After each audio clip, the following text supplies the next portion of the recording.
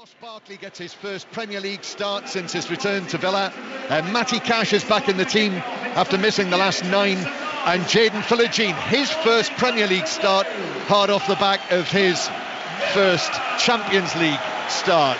So Konza is back in central defence with Torres, the full Villa team. Martinez in goal, Cash, Konza, Torres and Digne. So Diego Carlos is on the bench. Barkley and Tielemans, Bailey, Rodgers, Philogene and Ollie Watkins. And the super sub is where you'd expect to find the super sub, John Duran, on the bench. I guess we'll see him later. And the Manchester United team, Anana in goal, Mazraoui, then Maguire and Evans with Dalot at left back. So Martinez and De Ligt on the bench. There's the whistle from the referee, Robert Jones. It's Manchester United and Bruno Fernandes who gets us underway. And the rest of that United starting lineup, Eriksen and Menu in midfield. So Menu is past fit for this. Then Garnacho, Fernandes and Marcus Rashford with Højlund, the central striker. Aston Villa, claret shirts with the blue sleeves, white shorts, blue socks, just like against Bayern Munich here on Wednesday night. And just as in the Bayern Munich match, Clinton Morrison, the opponents have turned them around, so they're attacking towards the Holt end in the first half. Yeah, I could hear a few boos from the Aston Villa fans because they weren't happy with that, but it worked for them against Bayern Munich. So the Aston Villa launching their first attack now over the halfway line with Matty Cash. Started the first 2 matches of the season, but then got injured in the game here against Arsenal, and he just taps the ball to Barkley, looks for a 1-2 with Rodgers, and Manchester United clear it out of play, deflected off Rashford. He actually had the ball blasted into him by his teammate Dalot, and it's out of play, hence the cheers for a throw-in to Aston Villa. The Chelsea-Nottingham Forest match is actually on the BBC Sport website just now, until the cricket finishes, the T20 match between India and Pakistan. So that is on Sports Extra right now. You'll find Chelsea, Nottingham Forest via the BBC Sport website and app. But here on 5 Live, BBC Sounds, Aston Villa 0, Manchester United 0. An overcast afternoon at Villa Park, just off the Aston Expressway, and Villa playing the ball back through Pau Torres to goalkeeper Martinez. Pau Torres, the man who played the pass that set up the goal. There was a bit of talk, Clinton, that Unai Emery might go for Watkins and Duran starting today, but not so. Yeah, I think if Leon Bailey might not have been fit, he might have done that and he might have played them both together, but we'll probably see maybe this afternoon them both playing together, depending on the scoreline. Right, we're watching cat and mouse here. Martinez has got the ball. The Villa goalkeeper just walks out of the penalty area with the ball, almost puts his foot on it and waits for some movement, but Manchester United sit off Aston Villa as Eriksen now, Manchester United in these cream shirts that they're wearing, one of their change kits this season, the cream shirts with the red, white and black horizontal band across the chest, quite a stylish away shirt as Villa set off, and Rodgers is bundled over there, just a little trip on him, he goes cartwheeling over, and the first yellow card is already produced for the challenge that came in. I think it was Eriksen, it was Rashford and Eriksen together who came in. You're right, Johnny, it was Eriksen. Eriksen just gets a little pull on his arm, and he's arguing with Johnny Evans because he's saying to him, you've got to come over and come and close on Morgan Rodgers. So that's a problem now, getting a yellow card that early, John. The other thing to point out as well is that the whole of the Manchester United football operation, as far as I can see, are here in this Trinity Road stand up behind us in front of one of the boxes, probably not far away from where the Prince of Wales was watching the match the other night. Sir Alex is there as well, and also Jim Ratcliffe is back from his sailing in Barcelona, so he is up there, as well as Dave Brailsford, Jason Wilcox, Dan Ashworth, Omar Barada, and all.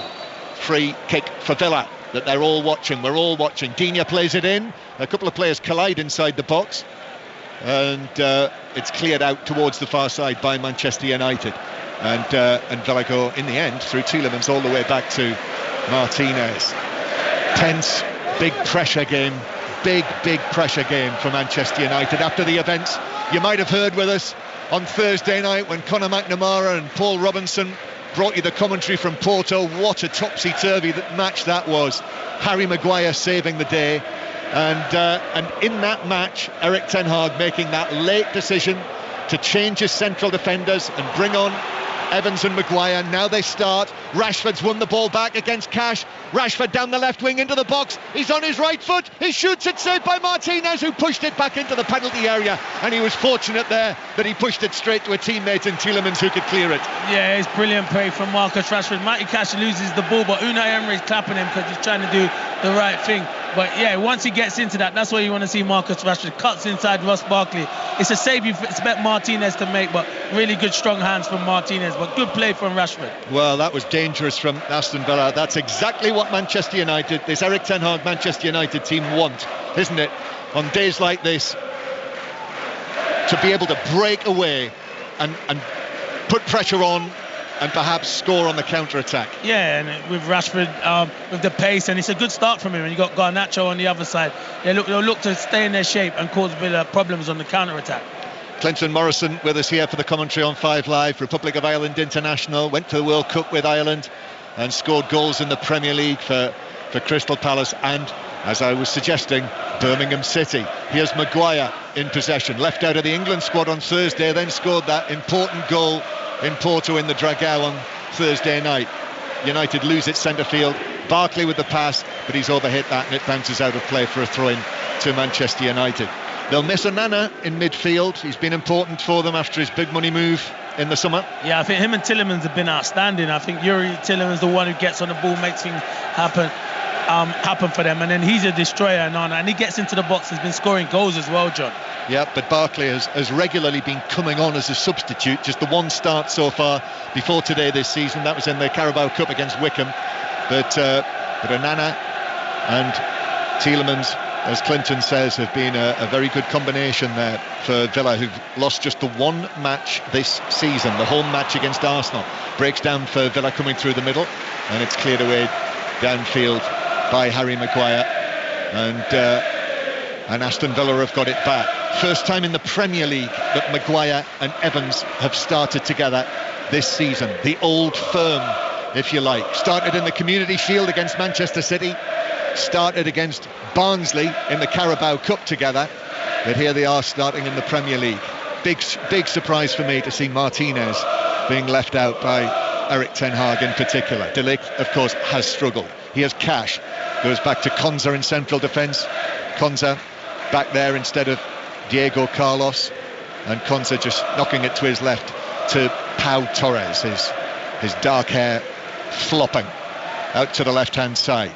Aston Villa winning a throw-in. No, it's kept in play by Manchester United, who've got it halfway inside their own half. So it is time for our latest race from the ARC meeting, and John Hunt will let us know what's happening in the Prix de l'Ave. Yes, fast and furious here, John. 5 furlongs and they're already through halfway. Washington Heights favourite Brad Sell and Holly Doyle looking poised right up there. Desperate Hero is followed then by Rogue Lightning in 4th place. Kurdos is in behind them, and then Starlust trying to find a way through against the inside running rail. Aesop's Fable is well back down the field. Brad Sell is trying to get past Desperate Hero. Less than a furlong to go. Here's Makarova as well. Makarova and Brad Sell. Makarova just too strong. Believing finishes off fast. Makarova has won it though to beat Brad Sell with Believing, the fast finisher. So it looks as though husband has beaten wife there, John. Tom Mark and Holly Doyle, married couple of course. They look as though they're first and second in the Abbey. The big prize going to Makarova and Tom Markon. Yes, that'll be an interesting one over the dinner table tonight. Aston Villa 0, Manchester United 0. There was a big roar there, you might have heard. Rodgers had a go at goal from 22, 23 yards out, but it hit the side netting, and I think everyone in the Doug Ellis stand on the far side thought it had ended up in the back of the net, but it was wide and it's still 0-0. Yeah, it was good play from Rodgers. He's getting into pockets. You can see Eriksen's getting frustrated with Evans. He's saying you've got to come out and mark him. Good 1-2 with Watkins, and really he should be hitting the target, John. It was a good opportunity. Yes, it was. Shanked it and it hit the side netting, but yeah, he started brightly, Rodgers has. Yes, so still 0-0. Aston Villa 0, Manchester United 0. That chance for Villa, and Marcus Rashford with the shot that was saved by Martinez. Another one to add to his list this season after his excellent performance the other night. Konza was caught late by Højlund, so the referees brought it back even though Villa were on the attack. I don't think he does much there. I think Konza's looking for it. I just think he leans in Højlund, and that's what he's saying to the referee. It's not every contact is a foul. And Unai Emery is just going through his usual gyrations on the edge of the pitch. It looks like he maybe have picked up a slight injury here. And you know what? He can see that. Yeah. Unai Emery has actually just he slapped his knee angrily. It's his hamstring. It's his left hamstring. Because it's a costly injury. Ezri Konsa, who has been excellent. I know that there was the goal that Delap scored last week when he was playing as the right back, but in the main, Villa do not want to lose him. Let me tell you, John, he's close to being a regular in the England setup. Konsa is a top defender. You can play him anywhere, right back, centre half. This is a huge blow to lose him, because I see as soon as he felt that contact, he felt the back of his left hamstring. So that would be him out of the England squad as well. But a huge blow for Aston Villa. Yeah, and so Diego Carlos is being prepared to come on while Konsa's being treated on the pitch. But yeah, big blow for Villa here in the early stages of this match, who've already picked up injuries. And as Clinton says, almost certainly this means he'll be out of the England squad this week for the games against Greece and Finland, both of which you'll hear on 5 Live. Let's get an update while Konsa's receiving treatment from Sani Radravajala, who's watching the Manchester City-West Ham match in the Women's Super League. 7 minutes gone in the second half. Manchester City 1, West Ham 0. Lauren Hemp's goal after 11 the difference, but she's had 2 big chances in this second half already, hitting the bar from distance and then skying from close range from across low on the ground. Manchester City in control, leading West Ham by 1-0. So that's a 1 o'clock kick-off, and Arsenal-Everton's just got underway with you, Paul Scott. Yeah, 12 minutes gone here. It's still Arsenal 0, Everton 0. Perhaps unsurprisingly, Arsenal seeing plenty of the ball and creating the better of the opportunities in the early exchanges. Katie McCabe shooting over from 20 yards, and Emily Fox, the right back, in space in behind her. Cross-come shot bounced off the top of the crossbar. Still Arsenal 0, Everton 0. And there's commentary on that match via the BBC Sport website and app. And how have things started? Yeah, this is it for Konsa. He's going to walk off the field, but while he does so, let's see how things have started at Stamford Bridge in the Premier League. Sohail Sahi. Quietly, John, we've played 11 minutes. Chelsea 0, Nottingham Forest 0. Both sides settling in, but Madueke with a jink and run from the right for Chelsea. He cut it into the penalty area. His left-footed shot hit the side netting. Only chance of note so far. Chelsea 0, Nottingham Forest 0. And for the time being, commentary on that is on the website as well. Aston Villa 0, Manchester United 0. So Diego Carlos coming on in the 12th minute, and Ezri Konsa is off. So 2 injuries on Wednesday night for Ramsey and Onana. Now Konsa's injured. All of the commitments for Aston Villa this season. He needs, it was a hard game in the midweek against Bayern. He needs this 2-week break, Unai Emery. He does need that to get some players back fit and firing. It's a huge blow, Konsa, though. Massive blow. And that is one of the big questions today about this match. You know, it is an intriguing match anyway, given the circumstances with these 2 clubs and their ambitions. But how Villa were going to be able to respond after the events of Wednesday night. Rodgers goes down under a challenge from Dallo, which the home supporters feel should have been given as a free kick, and just keeping an eye on him because he's taken a bit of a knock there, and he is limping, Morgan Rodgers. Manchester United in possession. You know, if Wednesday night has drained Aston Villa in any respect, that increases Manchester United's chances of getting a result here. It has to. Yeah, of course it is. It's a bit quiet, it's a bit flat, the atmosphere at the moment. Obviously it's a bit quiet because of the injury to Konsa. He's one of their key players and one of the best defenders in the Premier League at the moment. Onana, long pass from him, just keeping an eye on Rodgers as well, as Cash cushions a header back to Martinez, and it remains Aston Villa 0, Manchester United 0. Matty Cash is just indicating, oh no, he's just going to, is he just tying his laces? Is that all he's doing? Martinez has got the ball on the ground, and Martinez is doing nothing. This is absolute stalemate here. Martinez is just waiting with the ball at his feet, and Manchester United standing off him while Matty Cash can tie up his bootlace. Crazy situation. I'm pressing Martinez there. I'm letting Matty Cash do up his shoelaces, which eventually Bruno Fernandes kind of did, and Aston Villa had to get it going again. Offside flag should go up against Garnacho here. It doesn't yet. He was offside. And then the challenge comes in on him from Tielemans. There is no flag. Wow, he was offside. He looked offside. That was level. Offside. If he had put the ball in the back of the net, there would have been an offside for sure. He's saying Cash played him on. Well, he might have done. He might be right. He might have he done. might be right. That's Akil Housen, the assistant over there. That's why they do these jobs, Clinton. Very often the assistants tend to be very, very good at judging offsides in the main. He's good. I know him, so he is good. He's one of the good ones, but I wanted him to get that wrong so I can message him and say you're better than that. I'm not sure there's anyone you don't know. I'm a nice football. guy, that's why, ain't I, John? Everyone wants to be my friend. I can't be everyone's friend. Aston Villa 0, Manchester United 0. Yes, you've always, whenever I see you, you've got tales of whoever you might have bumped into here and there. Met a few today, important people. Villa conceding a free kick. Bruno Fernandes is fouled. Yeah, Villa haven't really got going here after Wednesday. No, you kind of fought that with Aston Villa. Obviously made a few changes, and then you get an injury to one of your best defenders, Konza. So that's where you need the crowd to get behind you, and they are starting to get behind this team.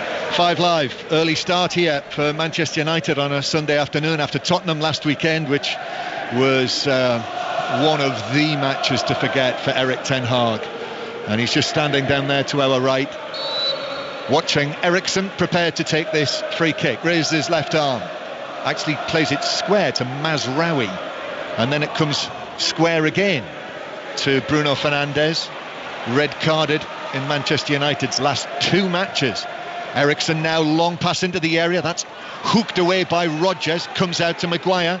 Maguire heads it back to Bruno Fernandes, who had last Sunday's red card rescinded during the course of the week, hence that he can play in this match, as Maguire goes down rather easily, doesn't get the free kick, was challenged by Rodgers, but the throw in up to Bailey.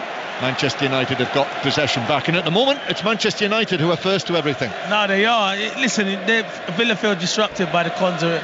You need the game to settle down. They'll have a spell, and this is Man United's spell. But credit Man United, they have started well. They've had good shape before the Konza's injury, and the shape looks really good.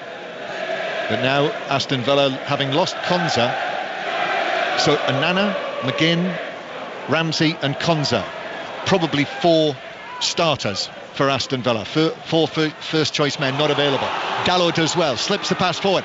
Højlund on the chase now, but Diego Carlos does very well. Shoulder to shoulder with the young Dane, wins the ball and puts it out of play. Wow, that was good strength. I thought he was in there, Højlund. He could have got his head up and played it first time, but good defending from Carlos. Yeah, he's in the swing, Carlos, having started the last 2, but given a rest today.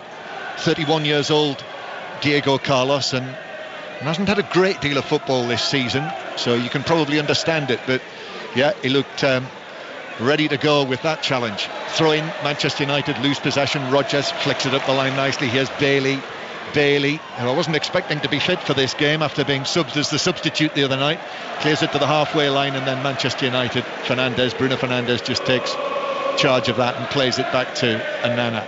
On the counter, of course, of the fact that Villa were involved in the great occasion on Wednesday, Manchester United, meanwhile, have played on Thursday night, 24 hours later, and have had to come back from Portugal and everything that was involved in that. And played with 10 men for large parts as well, yeah.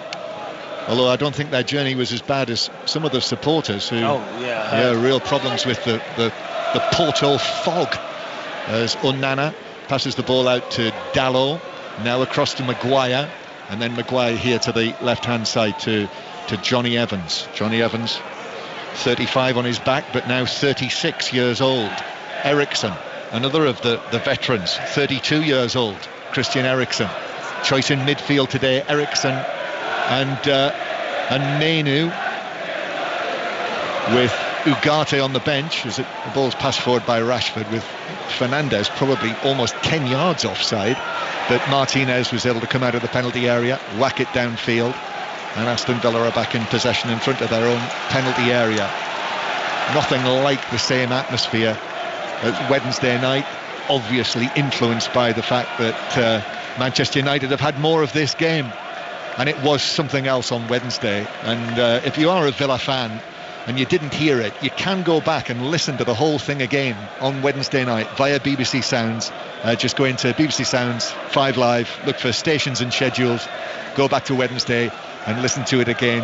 And I should give a shout out to Mark Ward, who was our OB engineer, our outside broadcast engineer, who did a brilliant job of balancing the sound that night, as Diego Carlos hits a long pass down the left hand side, but it's played back to Tielemans on the halfway line by Digne, and now here's Philogene. He's not really been able to get into the game because Villa haven't really been able to get into the game in an attacking sense. But here they are with more possession. Diego Carlos to Matty Cash, then to Bailey, and Villa go back into their own half and knock it back to Diego Carlos again. 0-0. Aston Villa, who've got an absolutely wretched record against Manchester United here, although they did beat United season before last in what was Unai Emery's first match. Here's Philogene, right foot shot, flies across the face of the Manchester United goal, but Onana was had the look of a man untroubled by that, who knew it was flying well wide. Yeah, it was good from Philogene. They slowed it down and he cut across it, so it was always going wide. It was never going to trouble Onana, but it's a good start. It weren't a million miles away though. Looking back at that replay, good play from young Philogene on that left-hand side. Yep, Jadon Philogene, who is an interesting, wasn't he? You know, having been an Aston Villa youngster who was then sold to Hull City, and I read an interview with Monchi. I don't know whether you saw that, maybe 6 weeks ago or so, who said that Unai Emery constantly watched to see what Philogene was doing at Hull City last season when he scored 12 goals for them during the course of the campaign, and in the end they decided that they would buy him back. They sold him for 5 and bought him back for 13. Like 13, crazy. Yeah. But he's a good player. There were likes of Ipswich and other Premier League clubs wanted him, but he's gone back to Villa.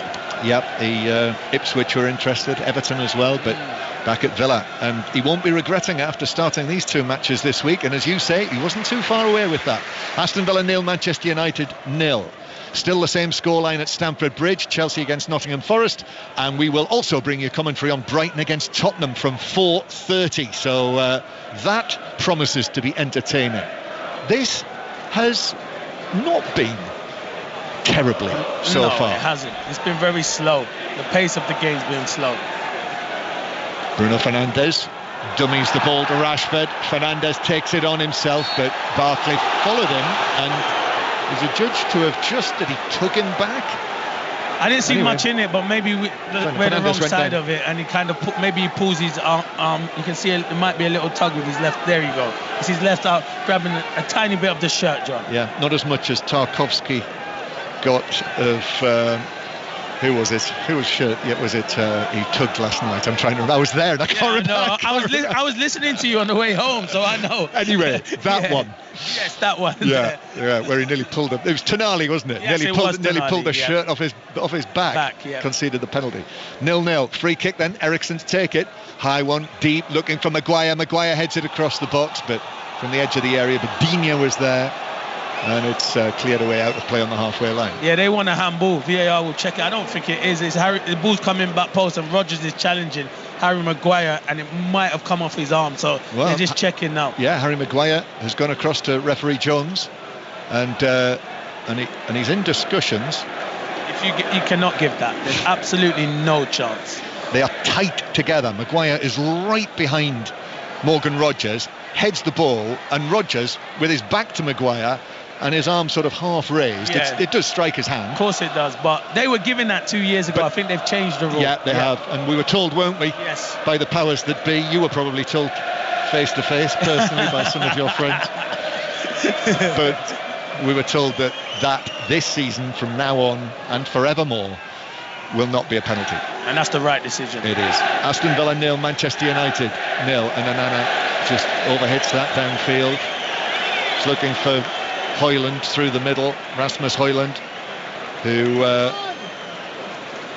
got on the score sheet for the first time this season when Manchester United took a 2-0 lead in Porto on Thursday night, thanks in no small part to the Porto goalkeeper. However, he is off the mark, and he's got his place in the starting lineup in the Premier League with Zirkzee on the substitutes bench. Aston Villa with it on the halfway line. We're into the second half of the first half, if you like.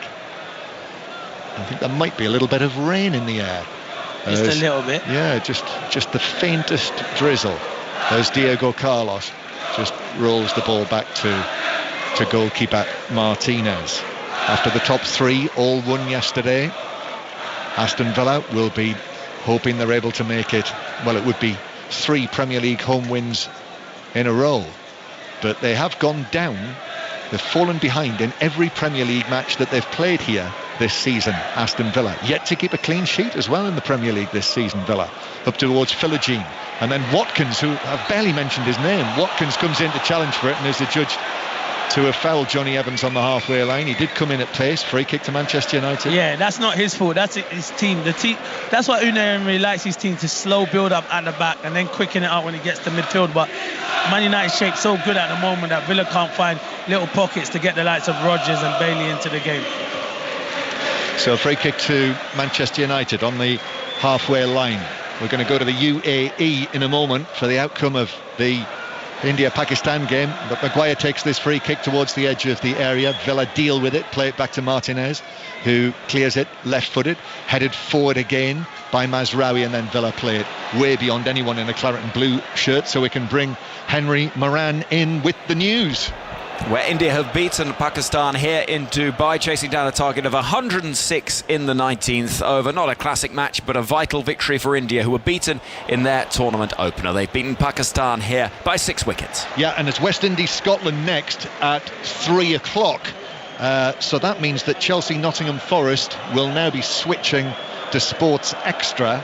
And Sohail Sahi can tell us what's happening there. Yeah, 26 minutes played here, John, in the capital. Chelsea 0, Nottingham Forest 0. It's rather dull, like the weather in southwest London. Noni Madueke, he's brightening up the game with shots from the edge of the box, not testing the Nottingham Forest goalkeeper. 0-0. Thank you, Sohail. Aston Villa 0, Manchester United 0. And as well, if you haven't heard, on the cricketing front, in the morning, the first test will get underway between Pakistan and England. Test match special are there. They will bring you the commentary all the way through the series. Jonathan Agnew and the rest of the team in Pakistan on the air in the morning at 5:45. An early start for you in the morning, Clinton. Yeah, I'm going to have to set the alarm. I didn't know it was starting, but I'll be there. Day off tomorrow, so I'll be there. There we are. I never thought you had days off. Here's Rodgers. Rodgers through the middle for Aston Villa. Ericsson's chasing him. Rodgers still going, but then Johnny Evans arrives and clears it out of play just next to where Unai Emery sort of holds his hand up, almost as if he was letting one go outside the off stump as it bounces past him and out for a throw-in. He looks like he's got the weight of the world on his shoulders, Unai Emery down there, doesn't he? He is. Rodgers has picked up an injury, but he's held the ball too long. He should have just gave the ball to Matty Cash, and there's a collision with him and Evans, and both players are down at the moment. Yeah, second time that Rodgers has gone down. But he's climbing to his feet. Johnny Evans is stretching as though he's maybe feeling a little bit of cramp there as well. This is Johnny Evans' 400th league appearance alone in England today, and only his 6th appearance of this season. And just keeping an eye on him as he's just limping rather. So Martinez has been sent out to warm up for Manchester United. Play back underway. Aston Villa 0, Manchester United 0. Not the thrills and spills of Wednesday night by any means so far. Things can only get better, John. Cagey. Very much so. Here's Cash and Bailey. Leon Bailey, he loves to be able to play on the counter as well, doesn't he, with the pace that he has. Back to Cash. Now Pau Torres slips it forward towards Tielemans. Miscontrolled it there. Bruno Fernandes nearly won it back. Barkley volleys it forward. Maguire wins a header against Watkins. Philogene then plays it out towards the far side, but Tielemans just kept it in. Manchester United supporters over there on that far side were shouting for a throw in, but Bruno Fernandes loses possession. Barkley, now here's Bailey. First time really on the right wing for Aston Villa. Bailey tees it up for Barkley, but in comes the challenge from Johnny Evans, who I think might have hurt himself in that as well. In fact, he's been given a free kick after Barkley just followed through onto him. So it's a free kick to Manchester United in their own penalty area. It remains Aston Villa 0, Manchester United 0, with almost half an hour played. Still Chelsea 0, Nottingham Forest 0. Commentary on Sports Extra. And in the Women's Super League, Manchester City West Ham. Sani Radravajala. 70 minutes gone. Manchester City still leading 1-0 against West Ham. The goal from Lauren Hemp, who's just been substituted. Bunny Shaw, though, is on, as is Viviana Miedema. They missed a hatful against Brighton in a 1-0 win. They're missing loads today, but they've got more players on now. 20 to go. and Paul Scott with the latest on the Arsenal-Everton WSL match. Half an hour gone here. It's Arsenal 0, Everton 0. Arsenal unable to break down this resolute Everton defence so far. Kyra Cooney-Cross came close a few moments ago, a 1-2 on the edge of the area. She slalomed through a couple of challenges but was off balance as she tried to pull the trigger. And Mariona Caldente forced a save from Courtney Brosnan, who got down comfortably to her left-hand side. It's Arsenal 0, Everton 0. Back to Manchester City. Sani. Well, I said that City were turning the screw, and they've just scored a second goal. It's Lauren Fowler with a point-blank header. Manchester City 2, West Ham 0. And all the highlights, by the way, on the Women's Football Show tonight on BBC One, which is after Match of the Day 2. Aston Villa 0, Manchester United 0. Aston Villa defending well, as they did on Wednesday night, so well against Bayern Munich, keeping only their second clean sheet of the season, both of them in the Champions League. And that Manchester United, Rashford had a little dart there but couldn't make anything of it. Menu now, right foot pass out towards Garnacho on the far side, then it comes into Menu lifted over the top, Bruno Fernandes on the chase, Pau Torres comes across, Pau Torres very tight there to the Manchester United captain. Kobbie Menu now, shimmy from him, dropped his shoulder. Manchester United keep possession, back to Mazraoui, then it comes back to Harry Maguire, square to Diego Dalot, and then Johnny Evans hits a long pass over the top of Garnacho. It hits Digne, could have gone anywhere. Garnacho slides in, wins it against Tielemans. Garnacho bounces away from him, and then it's cleared away downfield by Diego Carlos and out of play for a throw. Yeah, they look tired, the Villa players. The ones who played in the midweek, they look really tired, and they just have to stay in the game at the moment because Man United are having a spell. You know, on the way that the game has gone so far, I must say this looks like a real opportunity for Manchester United here against Aston Villa, who are showing signs of the efforts that they put in on Wednesday. Rashford on the left, his ball in is headed away on the edge of the box, comes out to Barkley. Barkley does well, excellent play, found the pass forward to Rodgers. Rodgers on the surge for Aston Villa through the middle, plays it to Watkins, who's peeled away to the right. Watkins though excellently challenged by Johnny Evans, superb from the veteran, and now you wouldn't know it because he's bursting forward, Johnny Evans, and now he's out of position as Højlund has lost the ball. Tielemans is going to give it to Watkins. Watkins on the right, Bailey's in the middle, into the penalty area now, step over, then Tielemans on the edge of the area, they want him to shoot, comes back to him, he does shoot into the body of Evans, who is back in position, and that deflects wide for a corner. Yeah, it was good defending there. Watkins, he couldn't sort his feet out. Good run. Rodgers is the one for Villa who's getting into pockets, and Evans and Maguire don't want to come out because they've got Watkins to deal with, scared of his pace, but causing problems at the moment, Rodgers. Luca Digne walks across to take this corner for Aston Villa. Back in the French squad this season, back in the French team last month under Didier Deschamps, Luca Digne, and just placing the ball in the quadrant. One of the many players who will be off on international duty over the course of the next week or so. Corner for Aston Villa in front of the famous Holt end. Digne into the near post, but that's headed away by Bruno Fernandes. Good distance on it. Tielemans, Manchester United had everyone back for that. Cash's ball into the edge of the box, easily volleyed away by Eriksson, waiting on the edge of the box. Comes to Højlund, who's getting his shirt pulled by Carlos. Goes back into his own half, then Højlund goes down. Tielemans with a challenge, that is given as a free kick. The Manchester United supporters were up for that, and Robert Jones has given it their way on the halfway line. Yeah, it was good play from Højlund. There's the slightest contact. He wanted the contact because he was going nowhere, and it was a foul. So Manchester United organised themselves again. Manchester United, after the internationals, their next match is at home against Brentford. Then they're away again in the Europa League to play against Fenerbahce and Jose Mourinho. And then West Ham away. Nothing looks easy for Manchester United right now. Very tough fixtures coming up. Johnny Evans, but so far today, so far so good. In a match of few chances really. Morgan Rodgers with the shot that was narrowly wide. Marcus Rashford when he was through, forcing the save from Martinez. But other than that, not been too much to get excited about. No, you're right. It's not like when you and I are normally together. No, there's usually loads of goals. Thrills and spills. Here's Menu.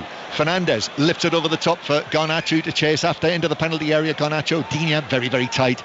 Garnacho with his bleached blonde hair back to Bruno Fernandes, the bearded Bruno Fernandes, and Mazraoui was coming back from an offside position, so a cheap free kick. You know what, John? He should never be offside, Mazraoui. He's looking across the line, and that's why Bruno's frustrated, because he's saying, once I've given you the ball, you should be knowing that you're offside, or not onside or offside. But yeah, Villa haven't started yet. It looks like there is a slight hangover. Not seen that before. On the big screen in the corner of the ground, you know, the PGMOL, the Premier League Match Centre, are putting out social media posts to explain VAR decisions. They've actually put it up on the in the corner of the ground on the screen. This was for the shout for handball by Rodgers, and it says it was deemed that the ball was played from close proximity. And it was the right thing. And I think it's good sometimes to explain to the fans what's going on. Yeah. Sometimes those posts do state the bleeding obvious. Yes. But nevertheless, it is a form of communication with the spectators, which is what people wanted. Tielemans now through for Barkley. Barkley slips the pass. Now Philogene. Excellent challenge from Mazraoui. Comes out over Digne. Deep cross from him. Bailey at the back post. Looked to volley it across, but actually I think shinned it out of play for a throw-in on the right. That didn't look someone who was fit, John. He didn't look like he moved his legs anywhere near quick enough to see the result in court. Yeah, he could have done better than that, Bailey. It was like a lazy right leg. It didn't look like to me that someone's 100% fit. Well, as I said to you, Clinton, I really didn't expect him to be involved today after seeing him on Wednesday night when he wasn't in the starting lineup, came on, was substituted. But here he is. 10 out of 10 for effort. Here's Watkins, who's barged off the ball by Maguire, and it's a free kick, and Harry Maguire picks up the ball, walks across to the assistant, who looks as though he's the man who's given that decision, which has been backed up. It's a yellow card for Harry Maguire as well, who looks to the heavens above Villa Park. Eyes rolled emoji. Yeah, I understand his frustration. It's a foul though. Watkins shifts the ball past him, has done him, and Harry Maguire just got his arm right in his throat. And I don't even know if it's for the foul, but maybe the reaction to the linesman, who didn't give it, by the way, so he's having a go at the wrong person. It was the referee that gave it, but he's been booked and he's under pressure now. Yeah, and still the protests continue there. And Marcus Rashford has come across and had a word. And I think he might have booked Marcus Rashford as well, maybe. For what he said. Yep. We'll see if we can confirm that. Unless he's writing so slow. When it's still from Harry. Maybe. Maguire did go in with his arm raised. Yeah, it was a foul. It was across his throat, so it was a foul. I think the yellow was for the challenge. Yeah, exactly. Yeah, spot on, John. I do think it's not the reaction, it's the challenge. So it's a free kick to Villa in a good position in front of the Holt end. Austin McPhee, the set-piece man, has taken charge. Unai Emery's gone to sit down. He's clapping his hands, Austin McPhee, and he's trying to get some instructions out there. You'd think they'd have had this all worked out beforehand, wouldn't you? Anyway, it's good for effect. Yeah. Digne to take the free kick on the right. Manchester United, everyone back inside their own penalty area. 37 minutes on the clock. Villa, who haven't been able to raise themselves so far today, but a good chance here. There's lots of wrestling going on. Digne fires it in straight at Onana, who holds the ball securely into his yellow jersey. Yeah, sometimes they work well, but that did not work well, because that's just a basic free kick that goes into Onana's eye. 0-0, 5 Live, BBC Sounds. Garnacho on the move down the left wing now. Garnacho taking on Cash, cuts back. In comes Barkley, who's done very well, I must say, in the match so far. Barkley, for his first Premier League start since returning to Villa. Now Bruno Fernandes, low ball into the area, but that's cleared away, hooked away by the right boot of Carlos. Headed back forward by Evans. Rashford took a touch. It's landed at the feet of Garnacho, beats Cash, shoots at the near post, but Martinez, it was going wide, but Martinez dives wide of the goal and catches it anyway. Yeah, it's catching practice. Garnacho's never beaten Martinez from there. He should be really setting Bruno Fernandes on the edge of the box. Held securely by Martinez, full of confidence. I'll save and catch them even if they're going wide. Aston Villa 0, Manchester United 0, still Chelsea 0, Nottingham Forest 0, and if you've just switched on, Celtic came from a goal down to beat Ross County. So 2 goals in the last 15 minutes. Ross County 1, Celtic 2, and they'll be getting underway at Pittodrie, Aberdeen against Hearts in the next half hour or so. So 0-0 here. And here is Diego Carlos, long and right-footed from him, looking for the run down the left of Digne. First time cushion volley back to Philogene. Philogene then just takes the ball again out towards the left-hand side. Still this drizzle is in the air as Barkley moves from left to right across the edge of the penalty area. Bailey, left foot, Bailey went for goal, took a deflection, double deflection, comes out to Tielemans. Philogene inside the box. His touch though, Menu is able to move across, take the ball away, and then there's a foul on Garnacho and a free kick to Manchester United near the edge of their own penalty area. So it remains goalless here in the Birmingham drizzle. Back to West London, Sohail Sahi. And here it remains goalless too, John. 5 minutes to play the first half between Chelsea and Nottingham Forest. Murillo just had an effort for the visitors. He won the ball in midfield, drove forward and let fly from 25 yards out, stung the palms of Robert Sanchez, the Chelsea goalkeeper. Chelsea 0, Nottingham Forest 0. Commentary on that on Sports Extra. This is on 5 Live. We'll have commentary on the big race at Longchamp, the Prix de l'Arc de Triomphe for 3:20 or thereabouts. Harry Maguire is going to have to come off. He's just signalled to the bench to Ten Hag that he's feeling something in the back of his leg. I just saw it, and De Ligt's just been told to warm up. And then there's a collision centre field. Menu and Tielemans went for I would say a 50-50 and have slid into one another, but actually yellow card's been shown to Menu. Yeah, he slips at Menu, and that's why, and he does catch Tielemans, so it is, I think, the right decision from the referee. But this game's too stop-start at the moment. Yeah, just went in for the ball and then caught Tielemans as well. So yeah, it's the follow-through. He gets the ball, but it was the follow-through, John. So another yellow card for Manchester United. That's 3 already. And as Clinton spotted, you don't miss much, Clinton. Harry Maguire's just hitched up the left side of his shorts. So Villa have already lost one of their central defenders, Konza, and Harry Maguire is not going off yet. But as you said, De Ligt and Martinez, actually they're both warming up for Manchester United just down in front of us here. Low commentary position for us, left of the halfway line, very close to the action, and watching Aston Villa coming forward. Maguire's just seeing if he's going to be able to continue, it would appear. Villa with the ball inside their own half. Also keeping an eye on the golf, the golf finishing today at St Andrews, the Alfred Dunhill Championship.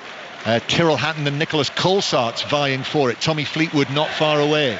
Here is Bailey on the right-hand side for Aston Villa. Bailey against Dalot, cuts in field. He's got support there from Cash, and Cash arriving, but Marcus Rashford tracking back. That's what Erik ten Hag wants him to do, and Villa have to, with those two, Rashford and Dalot, working well together defensively. Villa have to go back centrally. Pau Torres forward. Philogene with a touch. It was a little short, so it probably break down for Aston Villa. This it does. Mazraoui has cleared it, but he's cleared it to Philogene, who I think was shoved over by Garnacho. It's a free kick. Garnacho's furious. It did look to me, even though it's a distance for us, that he had his hands in the back of the Villa man. Yeah, I think it was the slightest contact, and Philogene was looking to go down anyway, because I think he's going to lose control of the ball. But yeah, there's a little tug from Garnacho on his arm, and the referee makes the right decision. So a free kick to Aston Villa, this time from the left-hand side. We're in the 43rd minute, half-time approaching, after what has, in the main, been a disappointing first half. You're being nice, John, but yeah, very disappointing. Very disappointing with the quality that Aston Villa have. So Tielemans it is who's going to take it from over there on the left flank. Harry Maguire still got one side of his shorts hitched up, so he's clearly still not right, you would say. Tielemans waits. There's the whistle.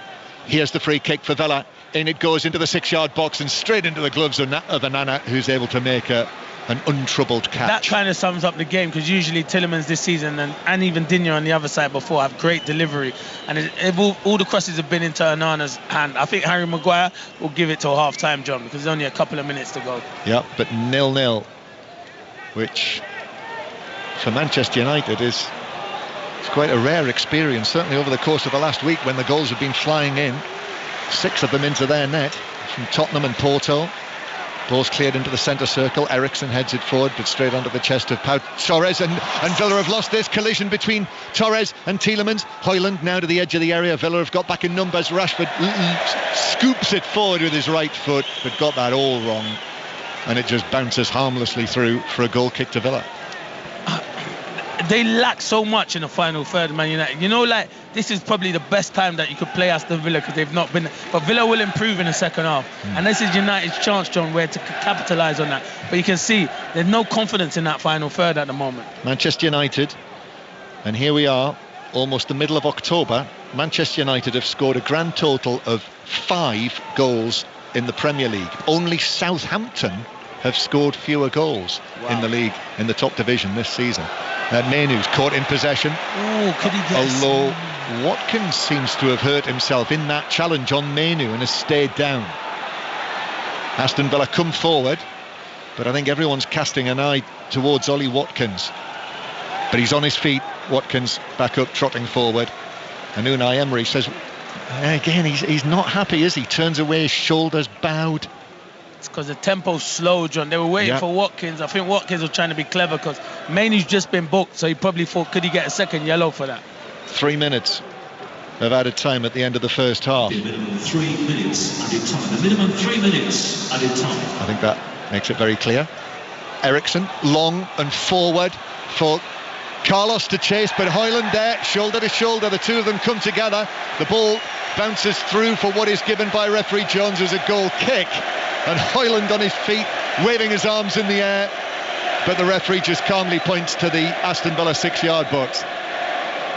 Goal kick for the home side. It's a good race, that, you know. Carlos, he can shift, Carlos. You say about his age, but he can shift still for his age. And Højlund's much younger than him, and he's defended well. Well, you were showing me the pictures earlier, weren't you, of Traore against Kyle Walker from yesterday, which I didn't see last night. Yes, I know. Not for Kyle Walker, it wasn't. Yeah. Here's Watkins on the right-hand side. Lays it to the edge of the area. Tielemans tries to lift it forward, but that sums it up, really. Again, for Villa, Tielemans not getting that quite right. And in the end, Mazraoui's able to clear it away, and the ball just bounces out of play near the halfway line for a throw-in to Villa. Still 0-0 at Stamford Bridge. We're going to go there in a moment or two. Half-time approaching here, so yet to see a Premier League goal today. I'm not sure that'll be the case in the Brighton-Tottenham game from 4:30, so listen out for that. But a free kick to Villa right towards the end of the first half here, while they organise themselves. What's the news from Stamford Bridge, Sohail Sahi? Chelsea 0, Nottingham Forest 0. John, very quiet opening 45 minutes, which came into life in the last few minutes. Cole Palmer was denied after a goal-mouth scramble, took the pace of his effort, and Nottingham Forest, they responded, and Ryan Yates' goal-bound shot was blocked by a scrambling Chelsea defence. Half-time, Chelsea 0, Nottingham Forest 0. Yeah, it's one of the big questions of the coming week for England, about what Lee Carsley's going to do now that he'll have, as long as they all come through unscathed, Bellingham, Foden and Palmer. So listen out for that. Thursday night, live from Wembley, England against Greece. 5 Live, the place to listen to Finland, England as well next Sunday. Free kick then for Villa. They're ready now. Deep in added time at the end of the first half. Tielemans with the right foot, or Digne with the left. It's Digne who curls it in. Poor delivery, straight onto the head of Bruno Fernandes on the edge of the penalty area. Villa again. Tielemans puts his foot on the ball. Deep delivery to the back post, but it's over Watkins. He leapt for it, and then Carlos shoulder to shoulder with Bruno Fernandes. The ball bounces out of play. I think, has that been given as a free kick? I think it might have been for the challenge. Kick, and then Harry Maguire's down again. Yeah. And it looks as though he might not actually reach half-time. Yeah, they're going to have to make a change now, Manchester United, even though we are in the 3rd minute of added time. That's it for Harry Maguire. So while they deal with that, Arsenal Everton in the WSL. Paul Scott. Half time, it is Arsenal 0, Everton 0. Arsenal seeing plenty of the ball, but they just haven't found that final killer pass to unlock this Everton defence. Kyra Cooney shot off balance, Mariona Caldente and Frida Mornan, both 4 saves from Courtney Brosnan. At the other end, a wonderful Everton move. Their only real attack resulted in Beatrice Sari's long range effort being tipped onto the crossbar by Daphne van Domselaar. From the resulting corner, Justin van Hoovermaat saw her header cleared off the line. It's goalless at half time. Harry Maguire can hardly hobble off the field. Yeah, I know. which he has done now. And he's waiting till the whistle goes because he's not walking around past those fans. There you go. That's experience. Yeah, and definitely. There's the half-time whistle. We'll not see any more of Harry Maguire. If he had been in the England squad, he'd be withdrawing. I think we can say that quite confidently, and probably Ezri Konsa will be withdrawing with the injury that he picked up. And Maguire is really struggling and is having to be helped. He'll have to walk the whole distance of the pitch to the dressing rooms after a really disappointing first half. Aston Villa 0, Manchester United 0. Clinton Morrison. Yeah, really disappointing, and it's a bit cold, and Carlos just took his shirt off. Maybe he wants to show he is a big lad, so maybe he's showing his muscles. But yeah, it's been a disappointing half. I think Man United have been the better team. I think Aston Villa obviously have a hangover from the great result they had against Bayern Munich, but Villa will play better in the second half. I think we can see Duran on maybe at half time. Yeah, at half time. Yeah, I hope so. This is a real opportunity for Manchester United. But as you say, Villa will improve. Yeah, they will improve. Man United have been a better team, but they haven't really troubled Martinez, apart from the shot where Cash lost the ball and Rashford came inside. So that's where they've struggled this season. You said the amount of goals they've scored, John. It's been a real struggle for them to create stuff and test Martinez so far. Well, next to nothing for Manchester United, but similarly at the other end with Aston Villa. So therefore, we have a scoreline as Harry Maguire hasn't even reached the halfway line yet, of Aston Villa 0, Manchester United 0. Yeah, I really feel Clinton Morrison for Harry Maguire, who, as we just watch him limp off now, it's going to be at least another minute before he gets off the pitch, I think, because he's struggling that much. You know, he came on against Porto, he got his goal, and Manchester United defensively have been so much better today, so you really have to feel for him. Yeah, I do feel for him, man. He's one of the good guys. He's really good in the dressing room. I hear a lot of positive things about Harry Maguire. He ain't really had any luck. As I say, he scored the big equaliser against Porto, and you're thinking he's definitely going to start because defensively they haven't been good enough. But I saw straight away, Crossy, 5-6 minutes ago, he signalled to the bench to Ten Hag. I don't know why they didn't make the change then, because he didn't signal and say he was struggling. But that's Harry Maguire. He always wants to give it a go, and it's another huge blow for him. Much better defensively, but still poor going forward, aren't they? I mean, I agree with what both of you have said in commentary. It does feel like an opportunity for Manchester United because Villa do look a little bit flat, and yet they're not creating chances, are they? No, they're not. Yeah, and defensively better because Villa have not really been a threat going forward, and they've got a couple of injuries. I get that, and there's a hangover from the Bayern Munich game, but it's going forward, and you're looking at, can you get the likes of Garnacho, Rashford, Højlund, Bruno Fernandes into the game? And they haven't, and when they have been on the ball, they've lacked quality in that final third. OK, Clinton, John, thank you for the time being. So 0-0s across the board. Villa 0, Manchester United 0, and on 5 Sports Extra, Chelsea 0, Nottingham Forest 0 at half-time. We'll take our first trip to the Amex ahead of our 4:30 game, which is Brighton versus Tottenham Hotspur. We'll be in the Championship. We'll go to Pittodrie. We've got the rugby union between Saracens and Exeter about to get underway. Back to Longchamp and the women's T20 cricket. Loads to fit in then before the second half. Let's get the news now with Joe Hornby. This is BBC Radio 5 Live. Listen on BBC Sounds. Sue Gray has resigned from her role as the Prime Minister's Chief of Staff. She will take up a new government role as the Envoy for Nations and Regions. In a statement, Sir Keir Starmer thanked her for all of her support. Here's our political correspondent, Harry Farley. Controversy has surrounded Miss Gray for several weeks now. The BBC revealed a few weeks ago that she was paid more than the Prime Minister, and she's been subjected to several briefings, I suppose, from people inside Downing Street, criticising her role and how she's running Downing Street. I've spoken to several civil servants and political advisors who have expressed frustration. The Israeli military is calling on residents in parts of southern Lebanon to evacuate. It follows some of the heaviest bombing to date of the capital Beirut as Israel continues its campaign against Hezbollah. The Israeli ambassador to the UK, Sipi Hotovely, told the Sunday with Laura Kunsberg programme it was Hezbollah's fault.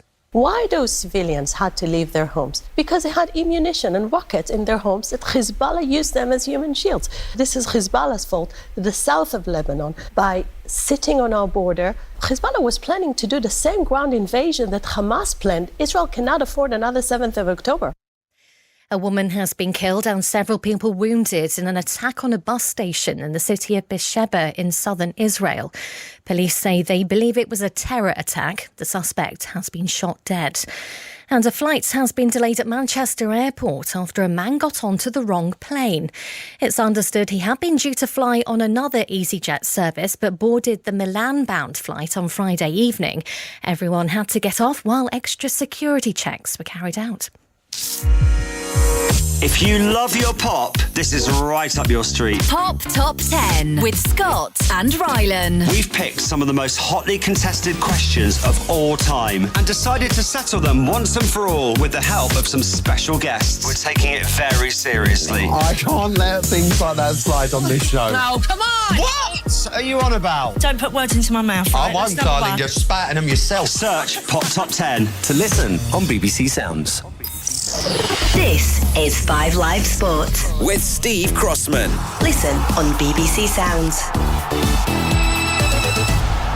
Villa 0, Manchester United 0, Chelsea 0, Nottingham Forest 0. Second half commentaries on the way. Meanwhile, Manchester City have just gone top of the WSL. Sani Rudravajula. With a 2-0 win over West Ham. Lauren Hemp 11 minutes in from close range with the first. And Mary Fowler nodding in a cross. Stood up by sub Bonnie Shaw after 71. West Ham offered very little. City again wasteful as they were against Brighton. Tougher tasks will come for them as soon as Wednesday when they host Barcelona in the Champions League. Full time in the WSL. Manchester City 2, West Ham 0. Other scores: half-time Arsenal 0, Everton 0, Tottenham 0, Liverpool 1 just into the final minutes of the first half. But Sophie Lungard, the Liverpool midfielder, has picked up quite a nasty-looking injury in that one, so she has had to go off. We've got the Prix de l'Arc de Triomphe coming up on 5 Live in the next half hour. John Hunt. Yes, a fantastic mix of the very best horses right across the globe. Representatives from Japan, from Ireland, from Germany, from France, and 2 from Great Britain. The favourite currently, Steve, is Sosi, trained by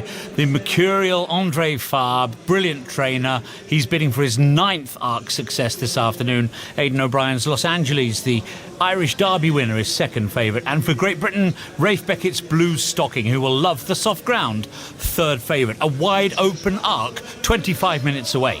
Really looking forward to that. Thank you, John. Yeah, 3:20. John Hunt will be bringing us commentary. Day 4 of the Women's T20 World Cup. India have already beaten Pakistan today by 6 wickets.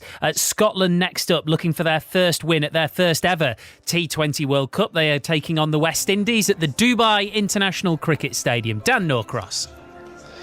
Well, these two sides are in England's group and they both lost their first game quite heavily. The West Indies by 10 wickets with 13 balls to spare. Scotland lost by 16 runs. And Scotland have won the toss. They've elected to bat. What we've seen is that hardly anybody's been able to get above 120 when batting first. Only one side's managed that. It's been New Zealand so far. This is the 8th game, so all eyes are on to see whether Scotland can pull off what would be an upset. The West Indies are former winners of this tournament, albeit in 2016. Scotland are unchanged from the side that had that loss by 16 runs. The West Indies have had to make 2 changes. Shamili Connell is out and Ashmini Munisar is in. Zaida James, who got injured, smashed in the chin when bowling in the first game. She's been replaced by the batter Chadine Nation. Scotland win the toss and have elected to bat. And you'll be able to listen to commentary on the BBC Sport website. League leaders Saracens take on Exeter in the Gallagher Premiership at 3 o'clock. Chiefs go into the game off back-to-back defeats. Sarries have won their first 2. Adam Whitty. Yeah, this was not that long ago, the big top-of-the-table rivalry in English rugby. But as you mentioned there, Steve, 2 teams with very different starts to the season here at the Stonex. Saracens beginning a new era without Owen Farrell, the Vunipolas, many more. Could be the only team to make it 3 wins from 3 in the Premiership today. England captain Jamie George starts for the first time this season as one of 3 changes. Maro Itoje is not involved. Exeter, as you've already mentioned, looking for their first win of the campaign. 3 losses out of 3 is not a good start for them. They are looking for their first win at the Stonex since 2017. 7 changes for them. Rob Baxter ringing the changes. A first start for prop. Will Goodrick Clark among them. The players just making their way out of the tunnel here. The kick-off at 3 o'clock. Celtic are top of the Scottish Premiership after a come-from-behind 2-1 victory over Ross County. They've won 7 from 7. Aberdeen can join them with the same perfect record if they beat bottom-of-the-table Hearts at Pittodrie. About to get underway. Gavin Wallace. Yeah, not far away from getting underway. Good afternoon from Aberdeen. We've just had a big display saying Simi in front of us for Neil Simpson, a Gothenburg great who is part of that team that beat Real Madrid in the Cup Winners' Cup in 1983. He's announced his retirement from everything to do with football. But back to the football then, as you say, Aberdeen flying high at the moment. Hearts going through a bit of a managerial change. They're talking to about 8 candidates just now. They may have turned a bit of a corner.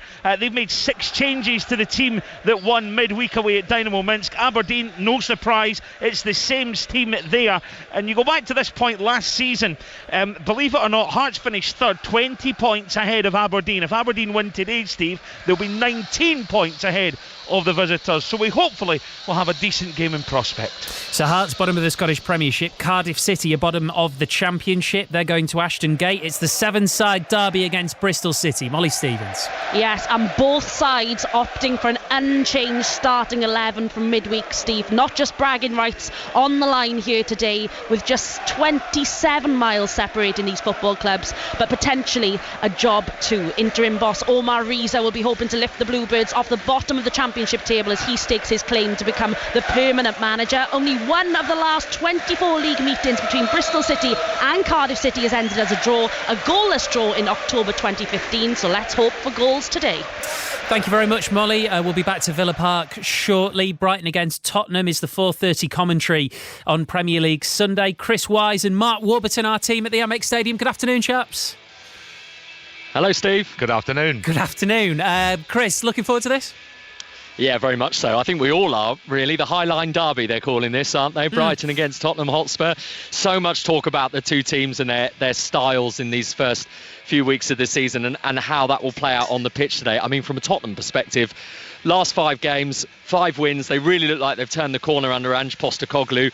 And I think Brighton got a bit of a wake-up call last week under Fabian Hertzler, because everything had been bright and breezy since he came in, and then suddenly they went to Stamford Bridge, and perhaps because of the way they played the game, they were turned over in London last week. So, Mark, I guess that makes it very intriguing. It will be. We have 2 managers here, Chris, who believe firmly in their styles. Their attack of the tent is clear for all to see. They're brave in what they do. The players are bought into that philosophy. So I think we're in for an outstanding game of football. It is indeed about the high lines. It is indeed about pressure on the ball and the 1v1 situations. But I think today we'll see a fantastic game of football. I honestly think high line, Mark, almost doesn't do it justice the way they played at Chelsea. I mean, it was incredible. It actually reminded me, ironically, of Tottenham in that 4-4 against Chelsea last season. Absolutely. We could have easily seen a 6 or 7 draw, couldn't we? So many chances. You almost at your worst when you have the ball at your feet because they're going to press you so high. But we have 2 teams here. The stats tell you they run hard, they sprint hard. So I think we're in for a very high tempo game of football. But it's about the mistakes. It's about being clinical in the final third. But no doubt 2 teams with that great attacking philosophy who will create chances this afternoon. I'm really interested, Mark, in your take on this. So I don't know if you've seen this, but Ange Postecoglou was asked by our own George Cummins this week about the fact that he actually had Fabian Hertzler into Tottenham to watch training last season, obviously with no way of knowing that he'd be coming up against him the following season in the Premier League. So I wonder how many trade secrets he picked up. I'm sure Fabian was scribbling away furiously, taking all the notes down and looking at the various drills and exercises. But no, I think Fabian, he's impressed a lot of people with his hunger to learn, his desire, and obviously his standing already in the game at such a young age as well. So I was here for the Man United game. It was his substitutions that changed the game. They were brave and they won it for Brighton that afternoon. I think this afternoon more of the same. 2 very brave managers, as I say, very attack-minded. It should be an outstanding display of football. Steve, I wonder whether when Ange after the game goes into Fabian Hertzler's manager's office, whether he finds any furniture or cutlery there with Tottenham brands on. Just before we let you both go then for now, Brighton, Chris, particularly important for them because as interesting as their start was and as good as their start was, they are in poor form now. Yeah, they are. They haven't won in any of their last 4 in the Premier League, having won those first 2 games. And actually, this is their worst start to a Premier League season, Brighton, for 4 years. Now, they're not going too badly. They've got 9 points so far from their 6 games, and I think that probably is reflective of how good those previous campaigns have been at the start under Roberto De Zerbi and before that Graham Potter, the one thing that really stood out for me from Fabian Hürzeler's comments after that Chelsea game was that he said he was going to speak to his players and perhaps adapt things potentially if it's not working for them. That's a very open-minded thought, and we'll see how that plays out today. Yeah, we'll be back with you guys ahead of that 4:30 kickoff. They're already underway in the second half at Stamford Bridge. Sahel Sahi. Yeah, 90 seconds played here, Steve. Chelsea 0, Nottingham Forest 0. Neither manager has made any changes at half-time. Just going back to the couple of minutes before half-time, Cole Palmer's effort actually was a scramble, goal line scramble. It danced across the goal line, and Matt Sells, the Nottingham Forest goalkeeper, he pounced on top of it before it could trickle over. Just started the second half. Chelsea 0, Nottingham Forest 0. Thank you very much, Sahel, and remember you'll be able to listen to full commentary of that right now on 5 Sports Extra. Goal at Pittodrie already, Gavin. Yeah, it's Topi Keskinen for Hearts inside the first, for Aberdeen inside the first couple of minutes. Defensive frailties from Hearts, abundantly clear here. Ball down the right hand side. It was pushed in, actually, I think it might have been in by Leighton Clarkson, and then it was a lovely shot. Keskinen, it takes a deflection, but it goes in, and it's now Aberdeen 1, Hearts 0. Elsewhere, Coco Gauff has won the China Open, beating Karolina Muchova for her first title since January. And in netball, England lost 61-56 to New Zealand earlier, but won the series 2-1. So we had no changes at Stamford Bridge. We knew we were in for one at Villa Park, but we've got one more. John Murray. Yes, Erik ten Hag is having to change half his defence, it would appear, because not only Maguire, but Mazraoui is being substituted at half-time with Matthijs de Ligt and Victor Lindelof coming in. So Lindelof at right back, his first appearance of the season, just back from a toe injury. So double change for Erik ten Hag. Yeah, we've seen Lindelof a few times over the few seasons doing a job at fullback, but he's a centre half. If I'm young Pillagy and I'm Aston Villa, and I'm getting the ball out to him and saying go take him on because he's been injured and he hasn't played a lot of football, but yeah, that's a huge blow. To lose one, but to lose two of your back four, it's a blow, John. Yep, Aston Villa 0, Manchester United 0 as the second half gets underway. It's been disappointing so far. Disappointing in grey, drizzle. It does feel rather after the Lord Mayor's show today, after what happened here on Wednesday night against Bayern Munich. But off we go, hoping for better in the second half. Villa, claret and blue, white shorts and the blue socks, firing the ball forward for Bailey down the right-hand side. Bailey trying to wriggle away from Dalot, and it's out of play for a throw. So Villa with Martinez in goal, a back four of Cash, substitute Diego Carlos, who had to come on for Konza, Torres and Digne, Barkley and Tielemans, Bailey, Rodgers, Philogene and Watkins. Going to go to Stamford Bridge in a moment. Long throw though for Aston Villa, which is cleared away. So come in, Sohail Sahi. Nottingham Forest have taken the lead. It's Chelsea 0, Nottingham Forest 1 from a free kick, floated into the penalty area, and Milinkovic rose the highest. He headed towards the 6-yard box where Chris Wood was lurking. He poked out his outstretched right boot and steered it past Robert Sanchez. Chelsea 0, Nottingham Forest 1. They've already won at Anfield this season. Now they're winning at Stamford Bridge as Villa come forward with a cross from the right that is cleared away by Johnny Evans, out for a throw on the far side. That was the big news before the match, that Maguire and Evans were the central defensive partnership from the start, but Maguire's had to go off at half-time with what looks like, well, I mean, he really struggled to get off the field during the half-time break, so he'll be lost, you would have thought, for a period of time. But Martinez remains on the substitutes bench with Lindelof and de Ligt coming on. Evans, of course, the left-sided central defender. And Villa coming forward. Torres.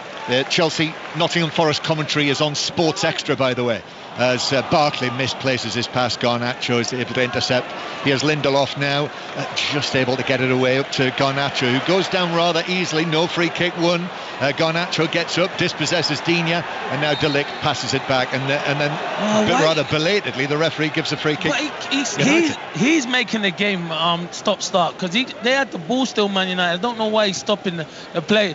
And at the moment, the only thing that's going to get these crowd going, I think, if John Duran comes on the pitch, I think that's what we need, John. I think it's fair to say that will get them going. Definitely. The super sub, we will surely see him at some stage, and that's probably what many of them here today are now looking forward to in the second half, the arrival of the man who scored a goal that has gone down in Villa folklore. Manchester United bringing it forward with Rashford on the left-hand side. Eriksen then comes back to Mainoo. Mainoo thinks about a shot from distance, but blocked at close range by Tielemans. It ricochets away towards the edge of the penalty area. Then it's won back by Mainoo. Mainoo then to Rashford. Rashford cutting infield. Right foot shot. That is just over the top. In fact, Martinez has got a fingertip to that. It's a corner. Yeah, it's a good save. And he's frustrated, Pau Torres. He'll send... Unai Emery, he's frustrated. He'll send these subs out to warm up because Barkley in the midfield's frustrating him. He keeps giving a ball away. But it's brilliant play from Rashford on the left. Comes in on his right foot. It's a good save from Martinez. It was dipping. Yeah, he had to get a touch on it. Yep. And that's a very good save again. Save number... I've lost count 2 of the week. Oh, yeah, of the week. Probably about 8 or 9. Yeah. Eriksen then with the corner from the right-hand side. Manchester United are ready. In comes the ball to the back post. Good header away by Carlos. Comes out to Garnacho, who shoots through a crowd but drags it wide of the near post. So a goal kick to Aston Villa. And Manchester United now with the 2 changes at half-time. Onana in goal. Subs Lindelof and De Ligt. Then Evans and Dalot. So that's the back 4. Eriksen and Mainoo with Bruno Fernandes. And then Garnacho on the right, Rashford on the left. And Højlund through the middle. But Marcus Rashford was... It really was a fingertip save from Martinez. It's not his best save of the week, but it certainly needed saving. Carlos playing the ball out to Matty Cash, who is back from injury today, back in the team for Aston Villa. Poland's Matty Cash. He has Mainoo on the left-hand side. In comes the challenge on him. And then Cash is able to play it away to Bailey. Villa can't get out of their defensive third here, but they do work it well. Bailey then chips it infield under the chest of Tielemans, who's found some space here. Tielemans, this is better from Villa. This is more like them. Then up to the halfway line, Digne. Pau Torres joins in the attack as well. He loves to do that, carrying the ball forward, the tall Spaniard. Now to Digne on the left-hand side, but his cross is charged down by Garnacho. But the ball bounces away and behind for a corner to Villa. All Villa have to do is speed it up. I think they build up play, and that's how they like to play, but they have to quicken it up once they get into the final third. Good defending from Garnacho. Yeah, Manchester United. Villa, to an extent, were there for the taking in the first half, and Manchester United weren't able to take advantage. You do wonder, as Clinton promised at half-time, that Villa would get better, whether they might have missed their opportunity. We'll see. Corner, Tielemans to take this, down to our left. Waiting, and now plays it short to Cash on his right foot, but blazes it wide from the edge of the area, from the angle, over everyone and well wide of the far post. From that position, it's not a strike, because when you strike it, it's always going to cut across. He has to. That's an instep, that's a side foot as hard as you can, trying to bend it into that far corner.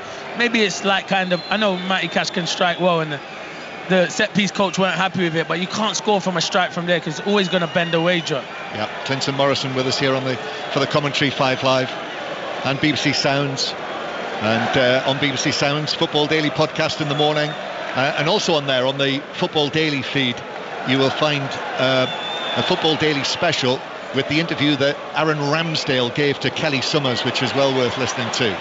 So that is a Football Daily feature-length interview. Aston Villa 0, Manchester United 0. Lindelof carrying it up towards the halfway line. Garnacho, Kobbie Mainoo rolling it back into central defence. The clue that Mainoo was going to be fit today was the fact that he was included in Lee Carsley's England squad on Thursday, whereas Branthwaite wasn't in it and wasn't able to play for Everton yesterday. Here is Eriksen, square from him. There might have to be a replacement if Konsa withdraws, which you would expect he would after his injury. Here is Bruno Fernandes. Bruno Fernandes carrying it forward.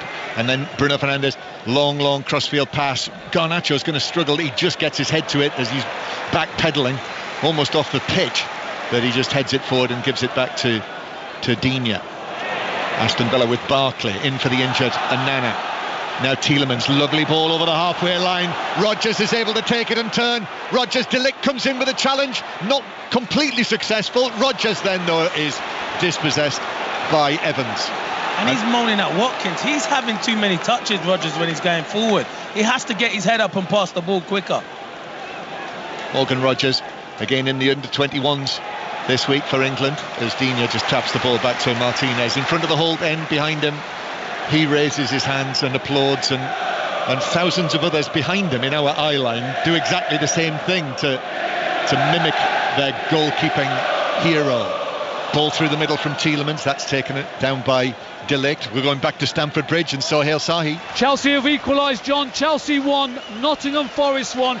They were only behind for 8 minutes. It was Noni Madueke who's been their best player so far. He cut in from the right hand side, left-footed shot, arrowed it past Matt Sells. Chelsea 1, Nottingham Forest 1. Another goal for Madueke. We saw him score his hat-trick, didn't we, at Yes. Molineux? And he, I'm sure, will get more minutes for England over the course of the next week. Aston Villa 0, Manchester United 0. Mention the fact 5 Live, the place for the 2 England matches. We'll have the Scotland game against Portugal as well, amongst others. And also Tuesday night and Wednesday night commentary from the Women's Champions League. 2 big ties. Chelsea, Real Madrid Tuesday, Manchester City, Barcelona on Wednesday. So lots of live football coming over the course of the next week or so. 0-0 here. And Manchester United with a long pass from Eriksson up towards Bruno Fernandes. Digne, though, was able to get to it first and heads it back to the goalkeeper, and Digne gets up and immediately says to the assistant referee that he felt that the Manchester United captain was fouling him. So it remains 0-0. Any sign of John Duran? He's warming up. Yeah. I think Unai Emery's told about 3 or 4 of them to go and warm up, John. So John Duran, the sensation, the 20-year-old Colombian, 6 goals now this season. That was his first goal in the Champions League on Wednesday night here. What a goal it was as well. It was the goal, as I said on the night, of a centre-forward in form, wasn't it? Instinctive. Definitely. Here is Watkins. Watkins turns. He's not had a chance, has he, Watkins, in the match? Now Cash receives it from Watkins and sets off down the right wing. Bailey is able to take it on. Bailey again to Cash. Cash with a flick. Back to Barkley. Barkley through again to Cash. Cash with a dink. And it's headed wide of his own near post by Dalot for a Villa corner. Yeah, he picked the wrong pass there. It's good play from Cash, Bailey and Ross Barkley. Delayed it. I thought Barkley was going to pull it. It's a good ball to Cash, but Cash should have whipped that near pass to Rodgers. He's trying to look back for Bailey, and it's good defending in the end. Corner then. Across he goes to take it. Luca Digne, the Villa supporters down in that corner, the lower part of the north stand. There's a big Villa flag in the corner with the cross of St George. That might be following England this week as well, I wonder. Manchester United fans over there as well. 0-0 the score.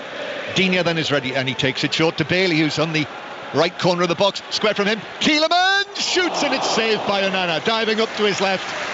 He's able to get both hands to it. He's on target though, but saved by the Manchester United goalkeeper. Now that's better, because that's someone who can strike it well on the edge, and it's well worked, Bailey. And it's a difficult ball for Tielemans to hit, but he controls it side foot, and it's a save you expect Onana to make, but it's better from Aston Villa. Yeah, not quite top corner, was it? That's what he was hoping for, but he just had to move, a couple of steps to his left and palm it away. So another corner then. Will they take this short as well? Yes, they will. To Bailey, then back to Digne, who might have been offside, and then Digne plays it through for the run of Philogene, but overhits it. Goal kick. Terrible from Digne. I don't even know what just put the ball into the box. You've got your centre back, your centre halves up. I understand all these clever set pieces, but sometimes there's no harm in just throwing it in and mixing it up, John. Yep. Aston Villa 0, Manchester United 0. Villa have improved, just like you promised they would, but they're still not full throttle by any means. Rashford lifts the ball high in field, where it's won by Barkley, and now Watkins receives it on the right and shoots, but over the top. Onana threw a hand up, but I don't think he got a touch. No, he didn't. It's a goal kick, but Watkins going for goal. Yeah, it's good play. Good. Barkley wins it, and Rodgers in that number 10. And you said he ain't had a lot of opportunities, and I'm thinking from that angle it's going to be difficult, but when you're centre forward, you haven't had a lot of opportunities. You're just going to have a shot. He's unlucky, to be fair. We heard from Mark Warburton and Chris Wise at half-time from Brighton. I think you've got the team news now, Chris. Yeah, 2 changes for Brighton from that defeat at Chelsea last week. Veltman's back from illness. He's into the team. So is Mintez. So out go Estupinian and Vifa. And for Spurs, unchanged from that win you saw at Manchester United last week. So Destiny Udogie is fit, and there is no Son Heung-min come in as expected in the Spurs squad. Yeah, looking forward to listening to Chris and Mark Warburton. Brighton Tottenham from 4:30, our third Premier League commentary of the day, our fifth of the weekend. They are underway, where Aberdeen are winning 1-0 against Hearts, the early goal for 100% Aberdeen this season, so we'll have more from there in a moment. And underway as well in the Championship, Bristol City against Cardiff City, with you, Molly Stevens. Indeed, John. Goalless at the moment, but Bristol City look desperate to change that, to be honest. Sinclair Armstrong with 2 shots, both saved by Jack Annick. Frantic, lively start, but there has been a delay in play. Cam Pring has just been stretchered off. He's clapped supporters as he goes down the tunnel. Looked to be a knee injury, but we'll wait for confirmation on that. Bristol City 0, Cardiff City 0. Yeah, we've got a busy period coming up. West Indies against Scotland is underway, so commentary on that is on sports on the BBC Sport website and app. Saracens Exeter is also underway, and we will have commentary coming shortly on the Prix de l'Arc de Triomphe, the big race, one of the great races of the sporting year, as Cash takes the ball down the right and Rashford just takes his legs away, and the yellow card comes out, and Marcus Rashford, who we thought might have been booked in the first half but wasn't, is now. Yeah, he's done well to track him back, but it's just a lazy leg for Marcus Rashford. I think he's frustrated, and he's done ever so well to track back, and that was the question mark over him in midweek. Did he track back? He does well there, and he gives a needless free kick and a needless yellow card. He's been doing it all game, actually, tracking back, so he has been doing his job. Prix de l'Arc de Triomphe just a few minutes away at Longchamp with Aidan O'Brien and Los Angeles, one of the leading contenders. So stay with us for that. But right now, Villa with a free kick over on the right-hand side, halfway inside the Manchester United half, with the 2-tier Doug Ellis stand as a backdrop. Tielemans waiting to take it, but it might be Digne. No, Tielemans comes up. It is Digne. No, Tielemans stops. Then Digne stops. Then Tielemans stops. And eventually Tielemans takes it down the line. In comes the ball from Bailey, and that is cleared away near the penalty spot. Menu heads it away. How many times did they both come up and stop there? 4 times. Watkins to the edge of the area looking for a 1-2 with Rodgers, who's got a big smile on his face. Big smile on his face as Manchester United clear the ball out for a throw down the left-hand side. Update from Saracens Exeter, Adam Whitty. 19 minutes gone, Saracens 5, Exeter 0. England captain Jamie George at the end of an old-fashioned Sarries catch and drive. The first try today on his first start of the season. Lazowski's conversion hits the post, so it's Saracens 5, Exeter 0 with 19 minutes gone. And if you heard the big cheer behind Adam, that was here at Villa Park for John Duran, who's getting ready to come onto the field. That's lifted the Villa supporters, as it did on Wednesday night. They can't wait to see him in action. Villa with a throw on the left. It goes back from left and now all the way over there on the right-hand side. Bailey goes past Rashford, who was tripped. He's tripped Bailey. He's already on a yellow card. Listen, that's not worthy of a second yellow card, even though they're howling from it from the Villa stand. No chance is he getting sent off. I understand why they want him to get it, because he's just been booked, but he has to be careful. So free kick to come for Villa, but first, one of the highlights of the racing year, the Prix de l'Arc de Triomphe, and commentary from John Hunt. I'm afraid the weather doesn't match the glittering occasion. They're underway in the Arc here, John, in pouring rain in Paris. Been a miserable day in terms of the weather, but what a race ahead of us. And Los Angeles, through the early stages for Aidan O'Brien, the Irish Derby winner, settles down in front. Blue stocking, one of only 2 raiders from Great Britain. For Rafe Beckett sits second, with Hayazark in third place. In fourth is Sunway, Oisin Murphy. That's the second of the British raiders. Behind those is Sosi, and Sosi, the favourite, representing trainer Andre Favre. Sosi is then followed through by Zanakem towards the inside, and then for Japan, Shin Emperor poised on the outside. Then we've got Luc de Vega. Luc de Vega was the winner of the French Derby earlier in the season. There's lots of trouble round the bend as Hayazark is being pulled up and drops back through the field, caused mayhem as he did so, and now they're on the turn well past halfway. A thorough test of stamina being set here by Los Angeles. Blue stocking in second place, and the favourite Sosi now in third. Zarakem is next to Sunway, followed then by Aventure in sixth place, and Shin Emperor still has a chance for Japan on on the wide outside for Germany. Fantastic Moon is next. Delius is in behind those.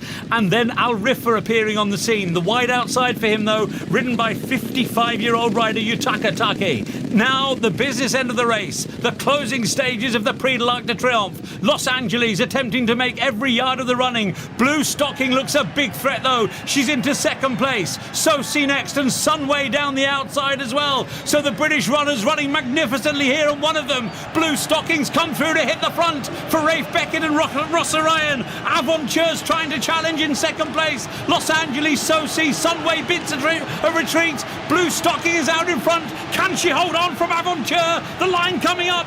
Blue Stocking from Aventure. Blue Stocking it is! Blue Stocking has beaten Aventure, and back in third is Los Angeles. A huge win for British trainer Rafe Beckett and jockey Rossa Ryan by some way. Rossa's biggest ever win in his career. Blue Stocking, the filly, has won the Arc de Triomphe and has beaten Aventure and Los Angeles in great style. Thank you very much, John Hunt, and there will be more on that during the rest of 5 Live Sport. And here at Villa Park, Aston Villa 0, Manchester United 0. It remains Chelsea 1, Nottingham Forest 1 on the Sports Extra commentary. And while you were listening to John, Ollie Watkins had a chance, a volley on the edge of the area. John Duran has come on as a substitute, but not for Watkins. He's taken the place of Bailey, so we've got Watkins and Duran on the field together, and Manchester United making a double change as well, with Rashford and Højlund being taken off. And I have to say, as Marcus Rashford walked off the field, Erik ten Hag gave him a slap on the back and a ruffle on the back of his head, but he didn't look terribly impressed, I must say, Clinton Morrison. No, I agree, he wasn't impressed. And listen, I think maybe the substitution, because he's just been booked, made another tackle, and he's probably one tackle away from getting sent off. He weren't happy, but I'm surprised it's not Ahmed Diallo and Anthony that's come on. This is a huge faith of confidence bringing him on. Yeah, Anthony coming onto the field, and Xerxes as well. So that's the latest double change. He's made 4 substitutions now, Erik ten Hag, and the score is still 0-0. And Villa have had much more of the game in the second half. Here's Rodgers receiving it from Philogene. Rodgers into the area, but crowded out by Manchester United shirts, and Bruno Fernandes now is shepherding the ball, and he's being fouled by Rodgers, and there's the whistle, and it is a free kick for the Manchester United. The referee's doing my head in. He's making it all about it. The reason I know it's lack quality, he's not helping it. Every single time he's given a free kick, it is frustrating the life out of me, John. Free kick then for Manchester United. So 0-0 yesterday at Goodison Park. And our producer, Lee Blakeman, who's going to be carrying out the interviews yesterday, so a 0-0 at West Brom. We could be the 0-0 brothers this weekend. However, I'm not giving up on it yet. No, John, we're surely going to get a goal. 25 minutes to play. Here's Lindelof and De Ligt, Manchester United, with little passes over the centre circle. Menu, who's caught there by Digne. Here's Xerxes, newly into the action. Xerxes infield to Bruno Fernandes, who takes it on. Bruno Fernandes trying to play it round one side, double deflection there, but it bounces to the feet of Aston Villa's Ross Barkley, and he goes back into his own penalty area, where Martinez had to be sharp out along the dead ball line, and then Pau Torres launches a long ball, which is cut out by Dalot, bounces for Garnacho, who's now on the left hand side after Rashford has gone off, and there's a tug on the shirt. It's a free kick to Manchester United. And this will be a good set-piece chance for United. Yeah, it's a good opportunity. You can see Cash is tight to... And it's absolutely... I don't know. Anyway, maybe there's a slight contact. Cash can't hold his shirt. I don't know why he's holding his shirt. Referee gets that right. He makes the right decision. Yeah, he had a handful of shirt. So it's a free kick to Manchester United. Rashford would have fancied this, wouldn't he, from this angle? Yeah, definitely. But Bruno Fernandes yet to get off the mark. Bruno Fernandes for Manchester United this season. 17 attempts on goal in the Premier League. Usually such a reliable source of goals, but he's the man who's the only contender to take this. He's got to beat Emi Martinez in prime form. So from the angle towards the left, Aston Villa have sorted out of their wall. And Bruno Fernandes steps away, but the referee says that he's not happy with, I think, the Manchester United players who are too close to the Villa wall, so he's had to run across Robert Jones and just move them away.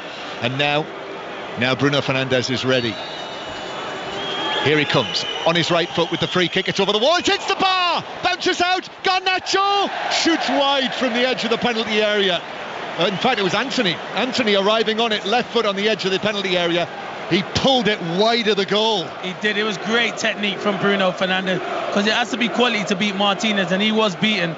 And Anthony's unlucky, to be fair. It's on the half volley, bodies in front of him, but the technique from Bruno Fernandes was fantastic. Super free kick. It would have beaten Emi Martinez, diving up there to the right, but it struck the face of the crossbar, bounced out to Anthony on the edge of the area. There were bodies in the way of him, and he tried to bend it into the top corner, but pulled it wide. So Aston Villa 0, Manchester United 0 remains the score, but that's the closest we've come. 0-0 here, still 1-1 at Stamford Bridge, and Brighton against Tottenham to come from 4:30. Still Bristol City 0, Cardiff City 0, and Aberdeen 1, Hearts 0 after Celtic's win earlier. Here's Pau Torres in possession. Pau Torres just allowing the ball almost to come to a stop, and then playing it infield to Carlos, and then Watkins out to the right hand side. So John Duran coming onto the field today in the 63rd minute, and we are seeing Watkins and Duran get a few more minutes together, as Unai Emery said that he would be prepared to do, as Tielemans is losing possession in centre field, but then it's very congested in there, and it's out of play for a throw into Manchester United. Back to Saracens Exeter, Adam Whitty. Saracens 12, Exeter 0. Sarries turning it on after a slow start. The first try was forward grunt, the second full of backs flair. Wing Tobias Elliott set free on the right, he stormed through after burners on to score to the right of the post. Saracens 12, Exeter 0, 27 minutes gone. Ross Barkley carrying the ball to the edge of the Manchester United box, giving it to his left of Rodgers, who gets it all wrong, trying to cross it, lift it into the area. He overhit it across the face of goal and high and beyond the far post. Yeah, it's poor from Rodgers. Good run from Ross Barkley. He's come alive in the second half. Once he gets in there, if he just slides it across, Duran's got to tap him. But the game is starting to open. Man United are causing problems, and Villa now are slowly but surely growing into this football match. 5 Live from the BBC on this Premier League Sunday. BBC Sounds as well. The Manchester United hierarchy are watching down from behind us in the Trinity Road stand. Yeah, I've been speaking to them. I bet you have. Lindelof. Now Bruno Fernandes forward for Xerxes to make the run. Garnacho's available. Still Xerxes. Dispossessed by Digne. Took his eye off the ball. And Digne came across and said, thanks very much. He's got to liven up, Xerxes. He's got to be better than that on the ball. When you've just come on, you're one-on-one against Carlos. Bruno Fernandes infield to Xerxes, the powerful Xerxes, tall man, huge hair, massive thighs, socks down his ankles, but he's got to be better. He has to be better. He has to be. He's gone to a big football club like Man United. Sometimes you have to hit the ground running, John, especially the situation they're in. Well, he did. Scored on his debut. Exactly, and then they thought, hey, hold on, I don't think he's a natural number 9. I think he likes to play in the number 10 role. Yeah, and hasn't scored since. Here's Anthony now, who's another one with lots to prove. Ericsson playing the ball to Garnacho. Garnacho arriving edge of the area, into the box now. Low ball across, took a deflection off the defender, but straight to Martinez. That could have gone anywhere off Carlos, but straight to his goalkeeper. Yeah, and now he's gone down feeling maybe an injury to the back, because he played a lot of football matches, and this was the problem we were going to get with Aston Villa. Loads of football matches. Hopefully he'll be all right, but you don't want another injury in that centre back. Yeah, and Carlos, who had he's getting close to doing the splits as he deflected that, so his feet were wide apart. Whether he's just tweaked something. And Unai Emery, I think the referee said he don't want the physio on, so he might be all right. Unai Emery down there, hands in his pockets, staring at the ground. But Carlos is on his feet. It's a little bit like Brenda from Bristol. Unai Emery. Not another one, but he's all right. Carlos is on his feet, and I think he's going to be okay. Still Chelsea 1, Nottingham Forest 1, Bristol City 0, Cardiff 0. and still goalless here. What if they've got a way to go yet? 2 draws for Erik ten Hag from these 2 difficult away matches. That buys him a bit more time. I think it does buy him time. I think if he lost here heavily, then might have been the end of the road. But you just never know. You don't know what the hierarchy are thinking at Man United, because they backed him in the transfer market. Can't then back him and then all of a sudden just say after 2 months I'm getting rid of you. Well, they can, because it's their club. And Jim Ratcliffe, in the warmth of the Barcelona air, said, "It's not my decision." He definitely has a say, surely, John. He's the chairman. He has a say. One would have thought so, exactly. Wouldn't you? Said it's up to the football department, but he's here. I don't think we've seen him with his head in his hands yet today. Here's Barkley. Time yet though. Ball played out towards the right hand side. Cash taking it down the right wing. Garnacho stops his progress. Barkley. These are big moments, aren't they, when it's 0-0 poised like this. And Aston Villa hoping for another big scalp this week. Philogene playing the ball into the box. Here's Duran on the right, hits Johnny Evans, the attempted cross, shouts for handball. He had his hands behind his back. Comes out to Cash again on the right. Manchester United, injury hit Manchester United here with the changes that Erik ten Hag has made to his defence, looking to hold Villa at bay. Watkins through the middle, strong challenge from De Ligt. Yeah, it's a free kick. He might have got the ball, that's what he's saying, but he got Watkins as well, and it's a free kick in a central area 23 yards out. Yeah, it might be a bit too far to, test the Nana, but you never know, someone like a Tielemans or a Luca Digne, this is their area, or even Duran if he's feeling confident, because he can do anything at the moment, John. He can. John Duran, with his 6 goals this season, 4 of them in the Premier League. They've all come when he's been as a substitute. Likewise, his goal again in the Champions League on Wednesday night here. It's this end that he scored from. But actually, it's Tielemans and Digne who are over the ball. And the referee is just moving the Manchester United wall back. And Ross Barkley is there as well, so there are 3 possible takers. So Manchester United have plenty to think about here. Again, the referee is not happy about the distance between the Villa players and the Manchester United wall, and they're going to. Garnacho is also lying down behind, because it's a free kick in a central area. They're just conscious of that low free kick, so Garnacho has lain down behind the wall. Free kick then. Oh no, he's got it all wrong. Digne high over the wall, but high over the bar as well. I don't think where that is, that's a left-footed anyway. I think maybe a Barkley or Tielemans should take that. I just don't think, we know his qualities, Luca Digne, we've seen for years, brilliant, but I think it's a right-footed on this side of the pitch. 15 minutes to play, 5 live from the BBC. Test match will be on air in the morning, 5:45. So Pakistan, England, the whole Test series live from Pakistan with Jonathan Agnew in the team. Test match special with a ball-by-ball commentary. And the latest from the golf, Tyrrell Hatton has a clear lead on the final day of the Alfred Dunhill Links Championship. And back to Stamford Bridge, Sohail Sahi. We've got 10 minutes to play here, John. It's still 1-1, but Nottingham Forest are down to 10 men. James Ward-Prowse being shown a second yellow card. He basically fell onto the ball and grabbed it with both hands, denying Nicholas Jackson on the counter-attack. He picked up his first yellow in the first half, second yellow with 12 minutes to play. Chelsea 1, 10-man Nottingham Forest 1. Anthony goes for goal for Manchester United, but Martinez leaps to his right and catches the shot that I thought for a moment was bound for the top corner. I must say he's looked sharp since he's come on, John. I question the substitution and why it weren't Ahmed, but Anthony on this right hand side has caused Digne problems. It was a good run, and I thought the angle we were in, he was going top corner, but catching patches for a goalkeeper of Martinez standard. Just didn't have enough pace on it, enough whip on it, as Pau Torres took his eye off the ball. So Anthony's back in action again. Anthony against Digne, 2 of them going together, and then across comes Kobbie Mainoo as well. The ball deflected out of play. That's given us a Manchester United throw. Rodgers doesn't like the decision, but Manchester United, there's urgency here. There are 3 points to be won here. They are, and Villa have been sloppy. They haven't been good enough so far. So this is a great opportunity for Man United. Yeah, Villa have got Watkins and Duran on the field, but Manchester United do sense an opportunity. I feel that. Garnacho coming in from the left-hand side, but running into Duran. Bounces though for Menu. Menu into the box. Back to Garnacho. Tried to set it up, tried to flick it up, but got it all wrong. Now John Duran lifts the atmosphere around Villa Park under these grey skies. Duran into the centre circle. They want him to shoot from there. He doesn't. He gives it to Watkins. Watkins now on the left wing. Into the penalty area against De Ligt. Drives it low and across, but Lindelof was in position at the near post to put it behind for a goal kick. And it's for a corner, I beg your pardon. Corner from the left-hand side.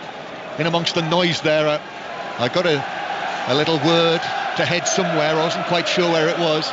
It's Aberdeen. There's a goal with you, Gavin Wallace. There has been just maybe 5-10 minutes before half-time. It's Aberdeen 1, Hearts 1. Frankie Kent, a corner came in. It was really poorly dealt with by Dimitar Mitov. A catch-stroke punch. It was then played into the back and Kent tapped home. Aberdeen 1, Hearts 1. Here's the Villa corner in front of the North Stand. Still 0-0. Tielemans comes up and the whistle had gone. The referee has just called a halt to it because, well, Pau Torres and Rogers are under the nose of Onana, and Bruno Fernandes is in there as well. I don't suppose he said something, but he walks away, Bruno Fernandes, and it's actually Pau Torres who is being spoken to, and Johnny Evans as well, actually. And they're virtually, it's almost like they're glued together, those three. And even as they talk to the referee, they're still sort of chest to back to chest, right on the goal line. Tielemans waits to take this. Still waiting. Here he comes. The corner whipped in to the 6-yard box, headed away for Manchester United, out to Garnacho, who plays it back, and Dalot completes the clearance. Still 0-0 as Digne heads it forward. And then further forward, here's Philogene on his first Premier League start. Jayden Philogene back into his own half. And now Aston Villa begin to move forward again with 10 minutes to go. Digne back to Pau Torres, who will play it back to Martinez. He was beaten by the Fernandes free kick, but it hit the crossbar. Made a good save from Rashford as well. And Aston Villa have created relatively little at the other end, but here they come. Digne on the left-hand side, his cross is blocked. Struggled Digne at left back today, struggled. Yeah, which may or may not be a result of the big effort that was put in against Bayern Munich. Maybe in these closing minutes Manchester United can further take advantage of that, but not like that. With a touch from Xerxes, Garnacho played it into his path, and the touch from Xerxes was awful, really. Both teams are here to be beaten this afternoon, definitely. Scotland 27 for 2 against the West Indies in the women's T20. Commentary on the BBC Sport website, because Chelsea 1, Nottingham Forest 1 is on Sports Extra right now. Brighton against Tottenham to come from 4:30. But the home supporters raise themselves. Rogers back to Tielemans. Tielemans' ball forward is onto the head of De Ligt, who heads it away. And now John Duran takes it on down the left-hand side. Here's the cross, which even from the great super sub is over and wide of the near post, and it's a goal kick for Manchester United. Back to Saracens Exeter, Adam Whitty. 3 tries since we last spoke. Saracens have pushed clear, got the bonus point in the first half. They lead 24-7. Ben Earl and Ivan Van Sale for Sarries. Josh Hodge for Exeter. The half-time whistle has just blown. I've nearly got hit by the ball on the way out. Exeter lead 24-7 over Exeter. Yes, I seem to remember Robbie Savage once getting hit by the ball in this very seat. That was deliberate, though. What, by whoever kicked it? Yeah, whoever kicked it. They knew it was Sav. Aston Villa 0-0 with Manchester United. Villa yet to keep a clean sheet in the Premier League this season, but they're thinking of winning this. And another change coming for Villa. And Ian Maatsen, the former Chelsea man, was at Borussia Dortmund last season, who can play in an advanced role as well as on the left side of defence. And Villa with the ball inside their own half, with Carlos. Seems to be okay. We thought he'd picked up an injury at one stage, but he's all right, it would appear, which is important for Villa. Pau Torres, certainly with Konza picking up an injury today. Duran to Digne with a pass behind Rodgers, but Duran's going to be able to take it to the edge of the box. It was hacked away by Lindelof. Still Duran though, then to Digne. Digne's cross to the back post, that's headed away by Dalot. He was looking for, Philogene was arriving, but Dalot watched it well, headed it away. Remains goalless here at Villa Park. Now Philogene on the right again, in comes the cross, that's onto the head of Johnny Evans, who's been able to get good distance on that defensive clearance. Raised eyebrows that Maguire and Evans started in central defence, but he's brought all of his experience, Johnny Evans, to this afternoon. Villa with Cash goes back to Carlos in the centre circle, and Xerxes tries to put pressure on Cash, who takes it out to the right, but Philogene again forced by Garnacho to go back into his own half. We're in the 84th minute now. Digne allows the ball just to bounce up, then heads it infield with Anthony with him, and then Rodgers can't get hold of the ball, and Lindelof goes to ground to put it out of play for a throw next to the corner flag. We're going to see Casemiro come on now, having started in Portugal on Thursday night. Casemiro is going to come on before Maatsen, actually, so a change, and it's Kobbie Mainoo, who of course has missed the midweek match with an injury. I think he's okay, but maybe not able to train as much as he might have done this week. Yeah, and he's done well in there, Kobbie Mainoo. It's difficult times at Man United, but him as a youngster, he still stands out for me. Yeah, walking off the field, and Ian Maatsen's coming on for Digne, so that's a straight swap. So he is at left back today, Ian Maatsen. 22, Ian Maatsen. And play will resume with a throw-in that Maatsen himself will take. 5 minutes to play. Maatsen 10 yards back from the corner flag. Up he comes, throw into the near post. Duran flicks it on. Ollie Watkins chests it back out of the area to Barkley, who was immediately under pressure. Still Villa with the ball. Tielemans through to Rodgers. No, that flick doesn't come off. Manchester United clear it, but won back by Tielemans. Maatsen now fresh onto the field. Maatsen takes on Lindelof, but got a poor touch on it. Overhit it. Goal kick. That sums up the game. I'm not having a go at Maatsen, but that sums the game up. The quality that he's got so much time, and he actually runs the ball out of play. And you get games like this, John, where both teams are not really at it. And I understand with Villa. I don't get it with Man United. Well, Manchester United out of form, under pressure. Manchester United. Europa League on Thursday night, and before the game they would have took a point. Certainly so. Still 5 minutes to play plus added time though. A winner in this match, well, it would be a scrappy win, but it would be a great win. And here's Casemiro with a pass to Garnacho. Garnacho looking to shoot, but it's blocked on the edge of the penalty area. Bounces out to Eriksson. Eriksson then square. Fernandes back to Eriksson. Now Casemiro very much had an eye for goal last season, if you remember. Now to Anthony on the right hand side, who didn't. Left-footed ball into the penalty area, but straight into the gloves of Martinez, who catches it comfortably. And the fans want him to go quick, but Villa it's just the way Unai Emery wants them to play. But sometimes, John, I feel you have to mix it up. I understand you want to play out from the back and go slow, but when Martinez catches it, can he release Watkins or Duran? On this gloomy Birmingham afternoon, it's matched the match as Duran is shoved over by Lindelof. Quick free kick taken. Rodgers though wasn't ready for it, and then Lindelof dives in, brings him down. It's a free kick and a yellow card for Lindelof for that. Villa are a little fortunate there, because I'm not sure Rodgers is actually going anywhere, but it's a free kick they've got. And I know Unai Emery's having a right go at Maatsen. He said, take your time, I want to get the cross into the box. Closing stages here, closing stages at Stamford Bridge. Sohail. Chelsea 1, 10-man Nottingham Forest 1, John. We got 13 minutes of added time to play, and there was a huge rumble between all of the players, most of the substitutes. Nico Williams pushed Mark Cucurella in the back. He flew into Enzo Maresca, and then 3 yellows have ensued. 2 for Chelsea, 1 for Nottingham Forest, and I think Nicholas Jackson threw a punch as well, but he was on the subs bench.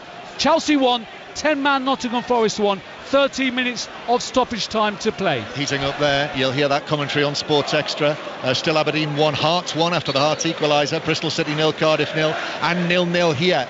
And and Villa have delayed taking this free kick.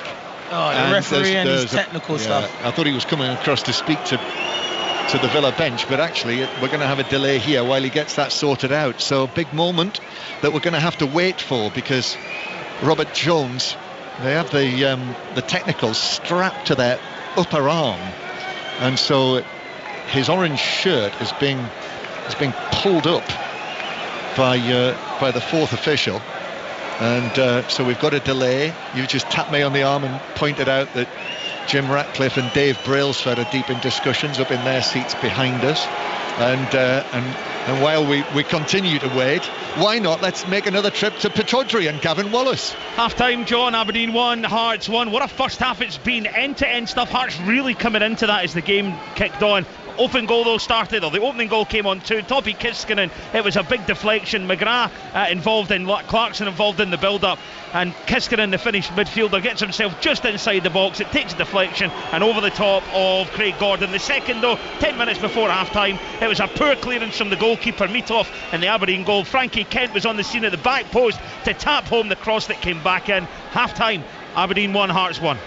They've still not been able to sort out the technicals here for the referee. So I don't think he can hear the communication. He's saying he can't hear, so maybe they've run out of batteries. I think we got spare ones up here. We've got a couple here. That's what I'm saying. If you throw one down, see what his touch is like, John. Yeah. Here he comes. Look, someone here. He's running all the way around. Let's time him. He's got a briefcase. Wow. A man with a briefcase is running up the touchline now. It's a bit like. It's a bit like the Test match, isn't it? Yeah. When they need a new... when they need to change new the balls ball. after 90 overs. So he's opened the suitcase. What's he got in his suitcase, I wonder? Just having a look. There's all sorts of wires and things. Yeah, I'm familiar with all that sort of thing. So while all that takes place, Villa are still waiting to take this free kick. And where are we heading amongst our array of possibilities? It is to Arsenal-Everton in the WSL. Paul Scott. Yeah, we're into 4 minutes of stoppage time here. It's still Arsenal 0, Everton 0. Everton hanging on for dear life as the home side through everything, including the kitchen sink, but they have just not been able to find a way through. It's been a really wonderful rearguard display by Everton, who are standing firm in stoppage time. A couple more minutes for them to hang on. Arsenal 0, Everton 0. At the golf, Tyrrell Hatton leads by 2 shots, playing the 13th from Nicholas Colsaerts, and Tommy Fleetwood is just a shot further back, so he's not out of it. So an exciting finish there. I would love to say we've got an exciting finish here. That doesn't make sense. He's put the board up and he's put 6 minutes up. It's 6 minutes, but there will clearly be more time to be added on. And Yuri Tielemans is coming across. Yuri Tielemans is coming across and saying, what is going on? And we're still waiting. The young man who has brought the briefcase has now got his hands down the back of Robert Jones' shirt and is pulling wires out of there. But it's not 6 minutes, because he's been doing this for at least 4 minutes. So you're telling me there was only 2 minutes of added on time? So we will have more than 6 minutes. They'll add it on, Clinton, don't worry. And so I can tell you that Scotland are 45 for 2 against the West Indies in the women's T20. And it is half-time with you at Ashton Gate in the Championship, Molly Stevens. Yeah, let's help you out with that briefcase situation for a moment. Goalless at half-time here, but a lively half. Bristol City looked hungry for a goal from the get-go, constantly threatening with the ball on the attack. Sinclair Armstrong with 2 good chances. Cardiff's best spell of possession ended with a sublime chance. Anwar El Ghazi scuffed the ball from close range to put it wide. And one other headline from the first 45, Bristol City defender Cam Pring was stretchered off with what looked to be a worrying injury. Ross McCrory on to replace him. At half-time, Bristol City 0, Cardiff 0. Well, we're into who knows how long of added time now. Aston Villa 0, Manchester United 0 on 5 Live.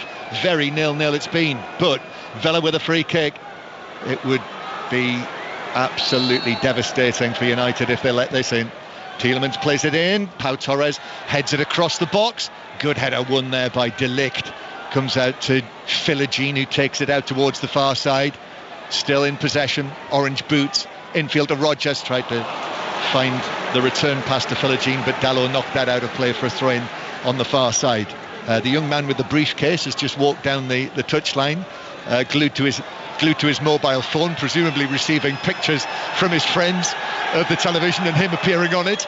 Long throw into the penalty area. De Ligt heads it away, comes back to Casemiro, and then cleared away by Manchester United. Villa are threatening a rousing finish here. Manchester United are going to have to stand strong. Rodgers, Matsson's ball across, it's gone all the way. Philogene, it's deflected wide of the near post, and what relief for Manchester United.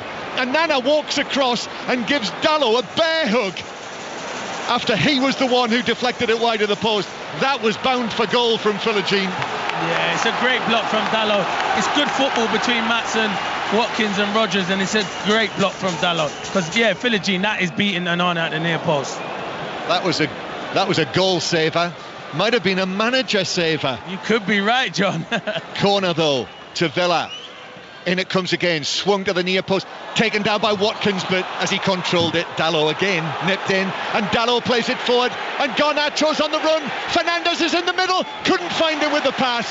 It was blocked by Cash on the edge of the box, and the ball spins away from Manchester United corner. And that sums up Man United for the season. It's not a hard ball from Garnacho to find Bruno Fernandes. It's a good break, don't get me wrong, he does ever so well. Cash tries to slow him down, but he has to pick the pass to Bruno Fernandes. Well, that was a moment. It was a good moment, and I thought maybe Bruno going in there, it would have been 1-0 to United. Well, all sorts of things were predicted for this game. Didn't hear too many say they thought it would be a 0-0 draw. I definitely thought there'd be goals there. Corner. It's not 0-0 yet. We're in the 5th minute of added time now, and it could be 7, 8, could be 9. Eriksson with the outswinging corner, which is headed by Duran, who got up brilliantly and headed it back towards Eriksson, and out of play for a second Manchester United corner. So now it's Aston Villa who've got to stand up strong. Villa only one defeat this season in all competitions, when Arsenal won here. Eriksson deep onto the back post. Evans was up there and under pressure in a crowd of players could only head it down and beyond the far post. And it is full time in the WSL at Arsenal. Paul Scott. Goalless. It's Arsenal 0, Everton 0. Wonderful rearguard display by Everton. Organised, disciplined defending, throwing their bodies on the line. But real frustration for Arsenal, who lacked the inspiration and the quality in the final third. Caitlin Ford hit the bar in the second half. Courtney Brosnan only had one save to make as Frida Mornham shot straight at her. Next up for Arsenal, it's Bayern Munich in the Champions League. It's finished Arsenal 0, Everton 0. Yes, more Bayern Munich in the Champions League. Aston Villa 0, Manchester United 0 here in the Premier League, and Manchester United challenge on Casemiro that has won them a free kick. John Duran just putting himself about, just caught Casemiro in the face with his arm. So a free kick to Manchester United. So we are now in we've got 30 seconds of the 6 minutes of added time that were shown, but and Villa supporters, many of them actually heading towards the exits here, seeing blue seats appearing around the ground. Not too many in the Holt end, which is still pretty much full as Manchester United attack towards it. Onana, long from him to the edge of the area. It's headed down by Maatsen, cleared away by Villa, but only to Lindelof. Now Anthony receives it on the right-hand side. Casemiro then lifts it over the top for Lindelof, who looks to volley it into the middle, bounces on the edge of the penalty area. Dalot got a touch on that, comes out to Evans, who on the half volley lifts a very difficult ball for Garnacho to chase, which he actually keeps in the end on the far side. Evans then wins it back, although he might have been fouling Philogene, and it's headed out of play by Cash for a throw-in near the halfway line. A typically and actually quite appropriately scrappy period of play to match the match. Yeah, definitely. It's lack quality this game. Casemiro's ball over the top, that will bounce all the way through to Martinez, who looks as though he might be keeping his second clean sheet of the week. Very good save from him to keep out Rashford. Fernandes hit the crossbar. The other end, that block from Dalot. Manchester United, perhaps one final chance. No, and maybe Villa one final chance. Barkley through to Duran. De Ligt in, tight, makes the challenge. Now Rodgers skips away from Anthony, but into trouble. No, he's done well. He's found Duran. Here's Maatsen. If it comes now, it's going to be very, very late. Rodgers turning. Duran, he can't score from here. He's on the left wing. Gives it into Tielemans. Barkley turning. Now into the box to Rodgers, who clips it well wide. And there we are. I think that might be it. We're in the 8th minute of added time, Clinton.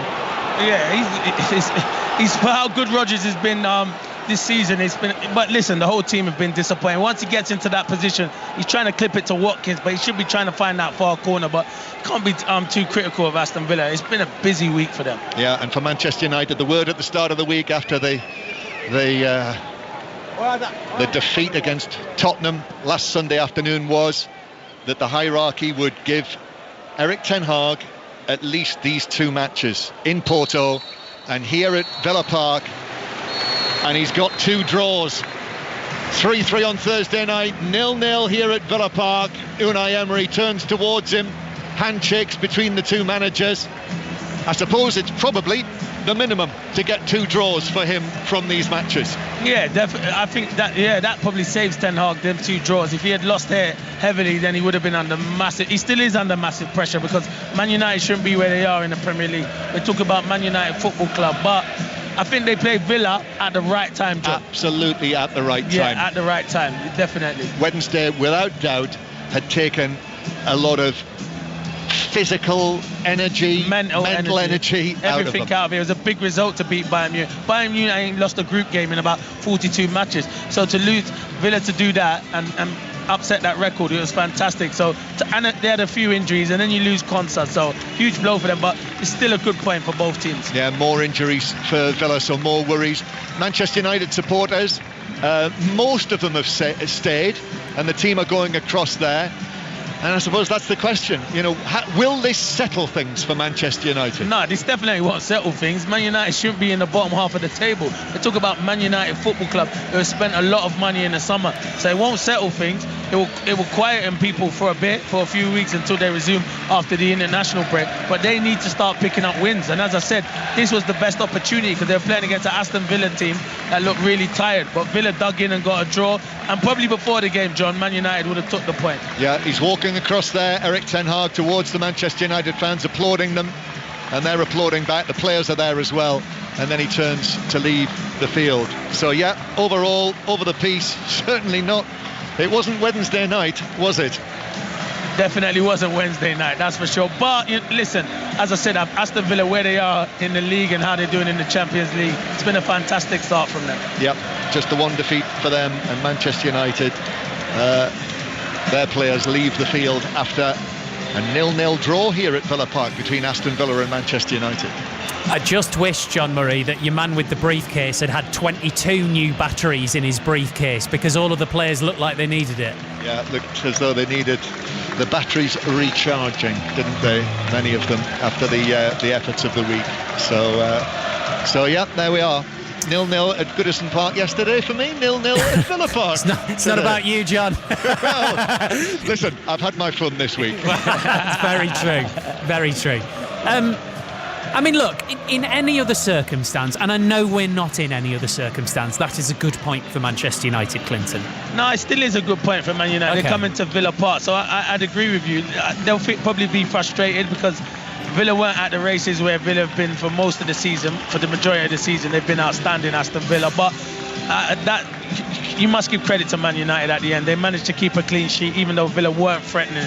So you take the point before. I just feel when I was watching the game, it was a good opportunity and it was the perfect time to play Aston Villa, but they didn't take that. But you go back up the road to Manchester and you're happy with the point, Crossy. Yeah, not even John Duran could lift things today, but they're playing the songs anyway. Yeah, they are. I've just been watching friend of 5 Live, Peter Schmeichel, just having a chat with Johnny Evans there. I've got to say, I thought Johnny Evans, Clinton, was excellent today. He was brilliant. Listen, there was question marks of why Martinez wasn't starting. And listen, Johnny Evans went in there and I thought he was brilliant. He was up against the battle, even when Duran come on and Ollie Watkins before that. And he got a few kicks in the first half, but he managed to do ever so well. And as we were speaking before, he might not have the pace of years gone by. But what Johnny Evans does, he reads the game ever so well and he's got a lot of experience. So he came in and done a good job. So it was a good decision from Ten Hag. We criticised Ten Hag, but that was a good decision. The injuries are biting a bit for Aston Villa. That's pretty obvious. I wonder, Clinton, whether Unai Emery might give his team a little bit of a dressing down there, because he was only saying before the game it is about being intense every single game, every single day, Well, they weren't really today, were they? No, they weren't. But I don't think he can give his team a dressing down. I think the week that they've had, the emotions and mentally and physically against Bayern Munich, it was fantastic. And you're always going to have a little bit of a come down. I said it, me and a lot of people said it before. This was a big game because it's always the next game. And the next game was obviously against Man United at home. And yeah, they struggle, but I think the international breaks come at the perfect time for the Aston Villa players. Some will go away and some of the injured players will have time to recuperate and get back to fitness. But the job Unai Emery's done at Aston Villa has been fantastic, and so is this group of players. Everyone can have an off day, and Villa had one this afternoon. I'll tell you what was in my mind, because obviously covering Newcastle United yesterday, and it was I think on Friday it was a year to the day since Newcastle's magnificent win against Paris Saint-Germain, which was also an amazing night. It was not unlike Wednesday night for Villa against Bayern Munich, and of course, it's a reminder. I felt that was a reminder because in the end, in the old group stage, Newcastle United went out at the group stage. It's a reminder that when you're playing at that level, you have to keep doing it and keep doing it. You've got to back up results. Crossy, John's spot on, and the only fans going home a bit disappointed today is Villa fans, because Villa fans would have came here expecting, and it's crazy I'm saying this, to beat Man United because of the form they're in. So I think Man United fans will go home happy with the point, but Villa fans will be disappointed. But all in all, it's been a fantastic week for Villa and a fantastic start to the season. So credit, as I said, a huge credit to Unai Emery. I think he's a special manager. Yes, insert reference about Aston Villa's struggles against Manchester United at Villa Park over the years. Thank you very much both. So Villa are 5th in the Premier League after that on 14 points from 7 games. Manchester United 14th on 8 points. That was very, very 0-0.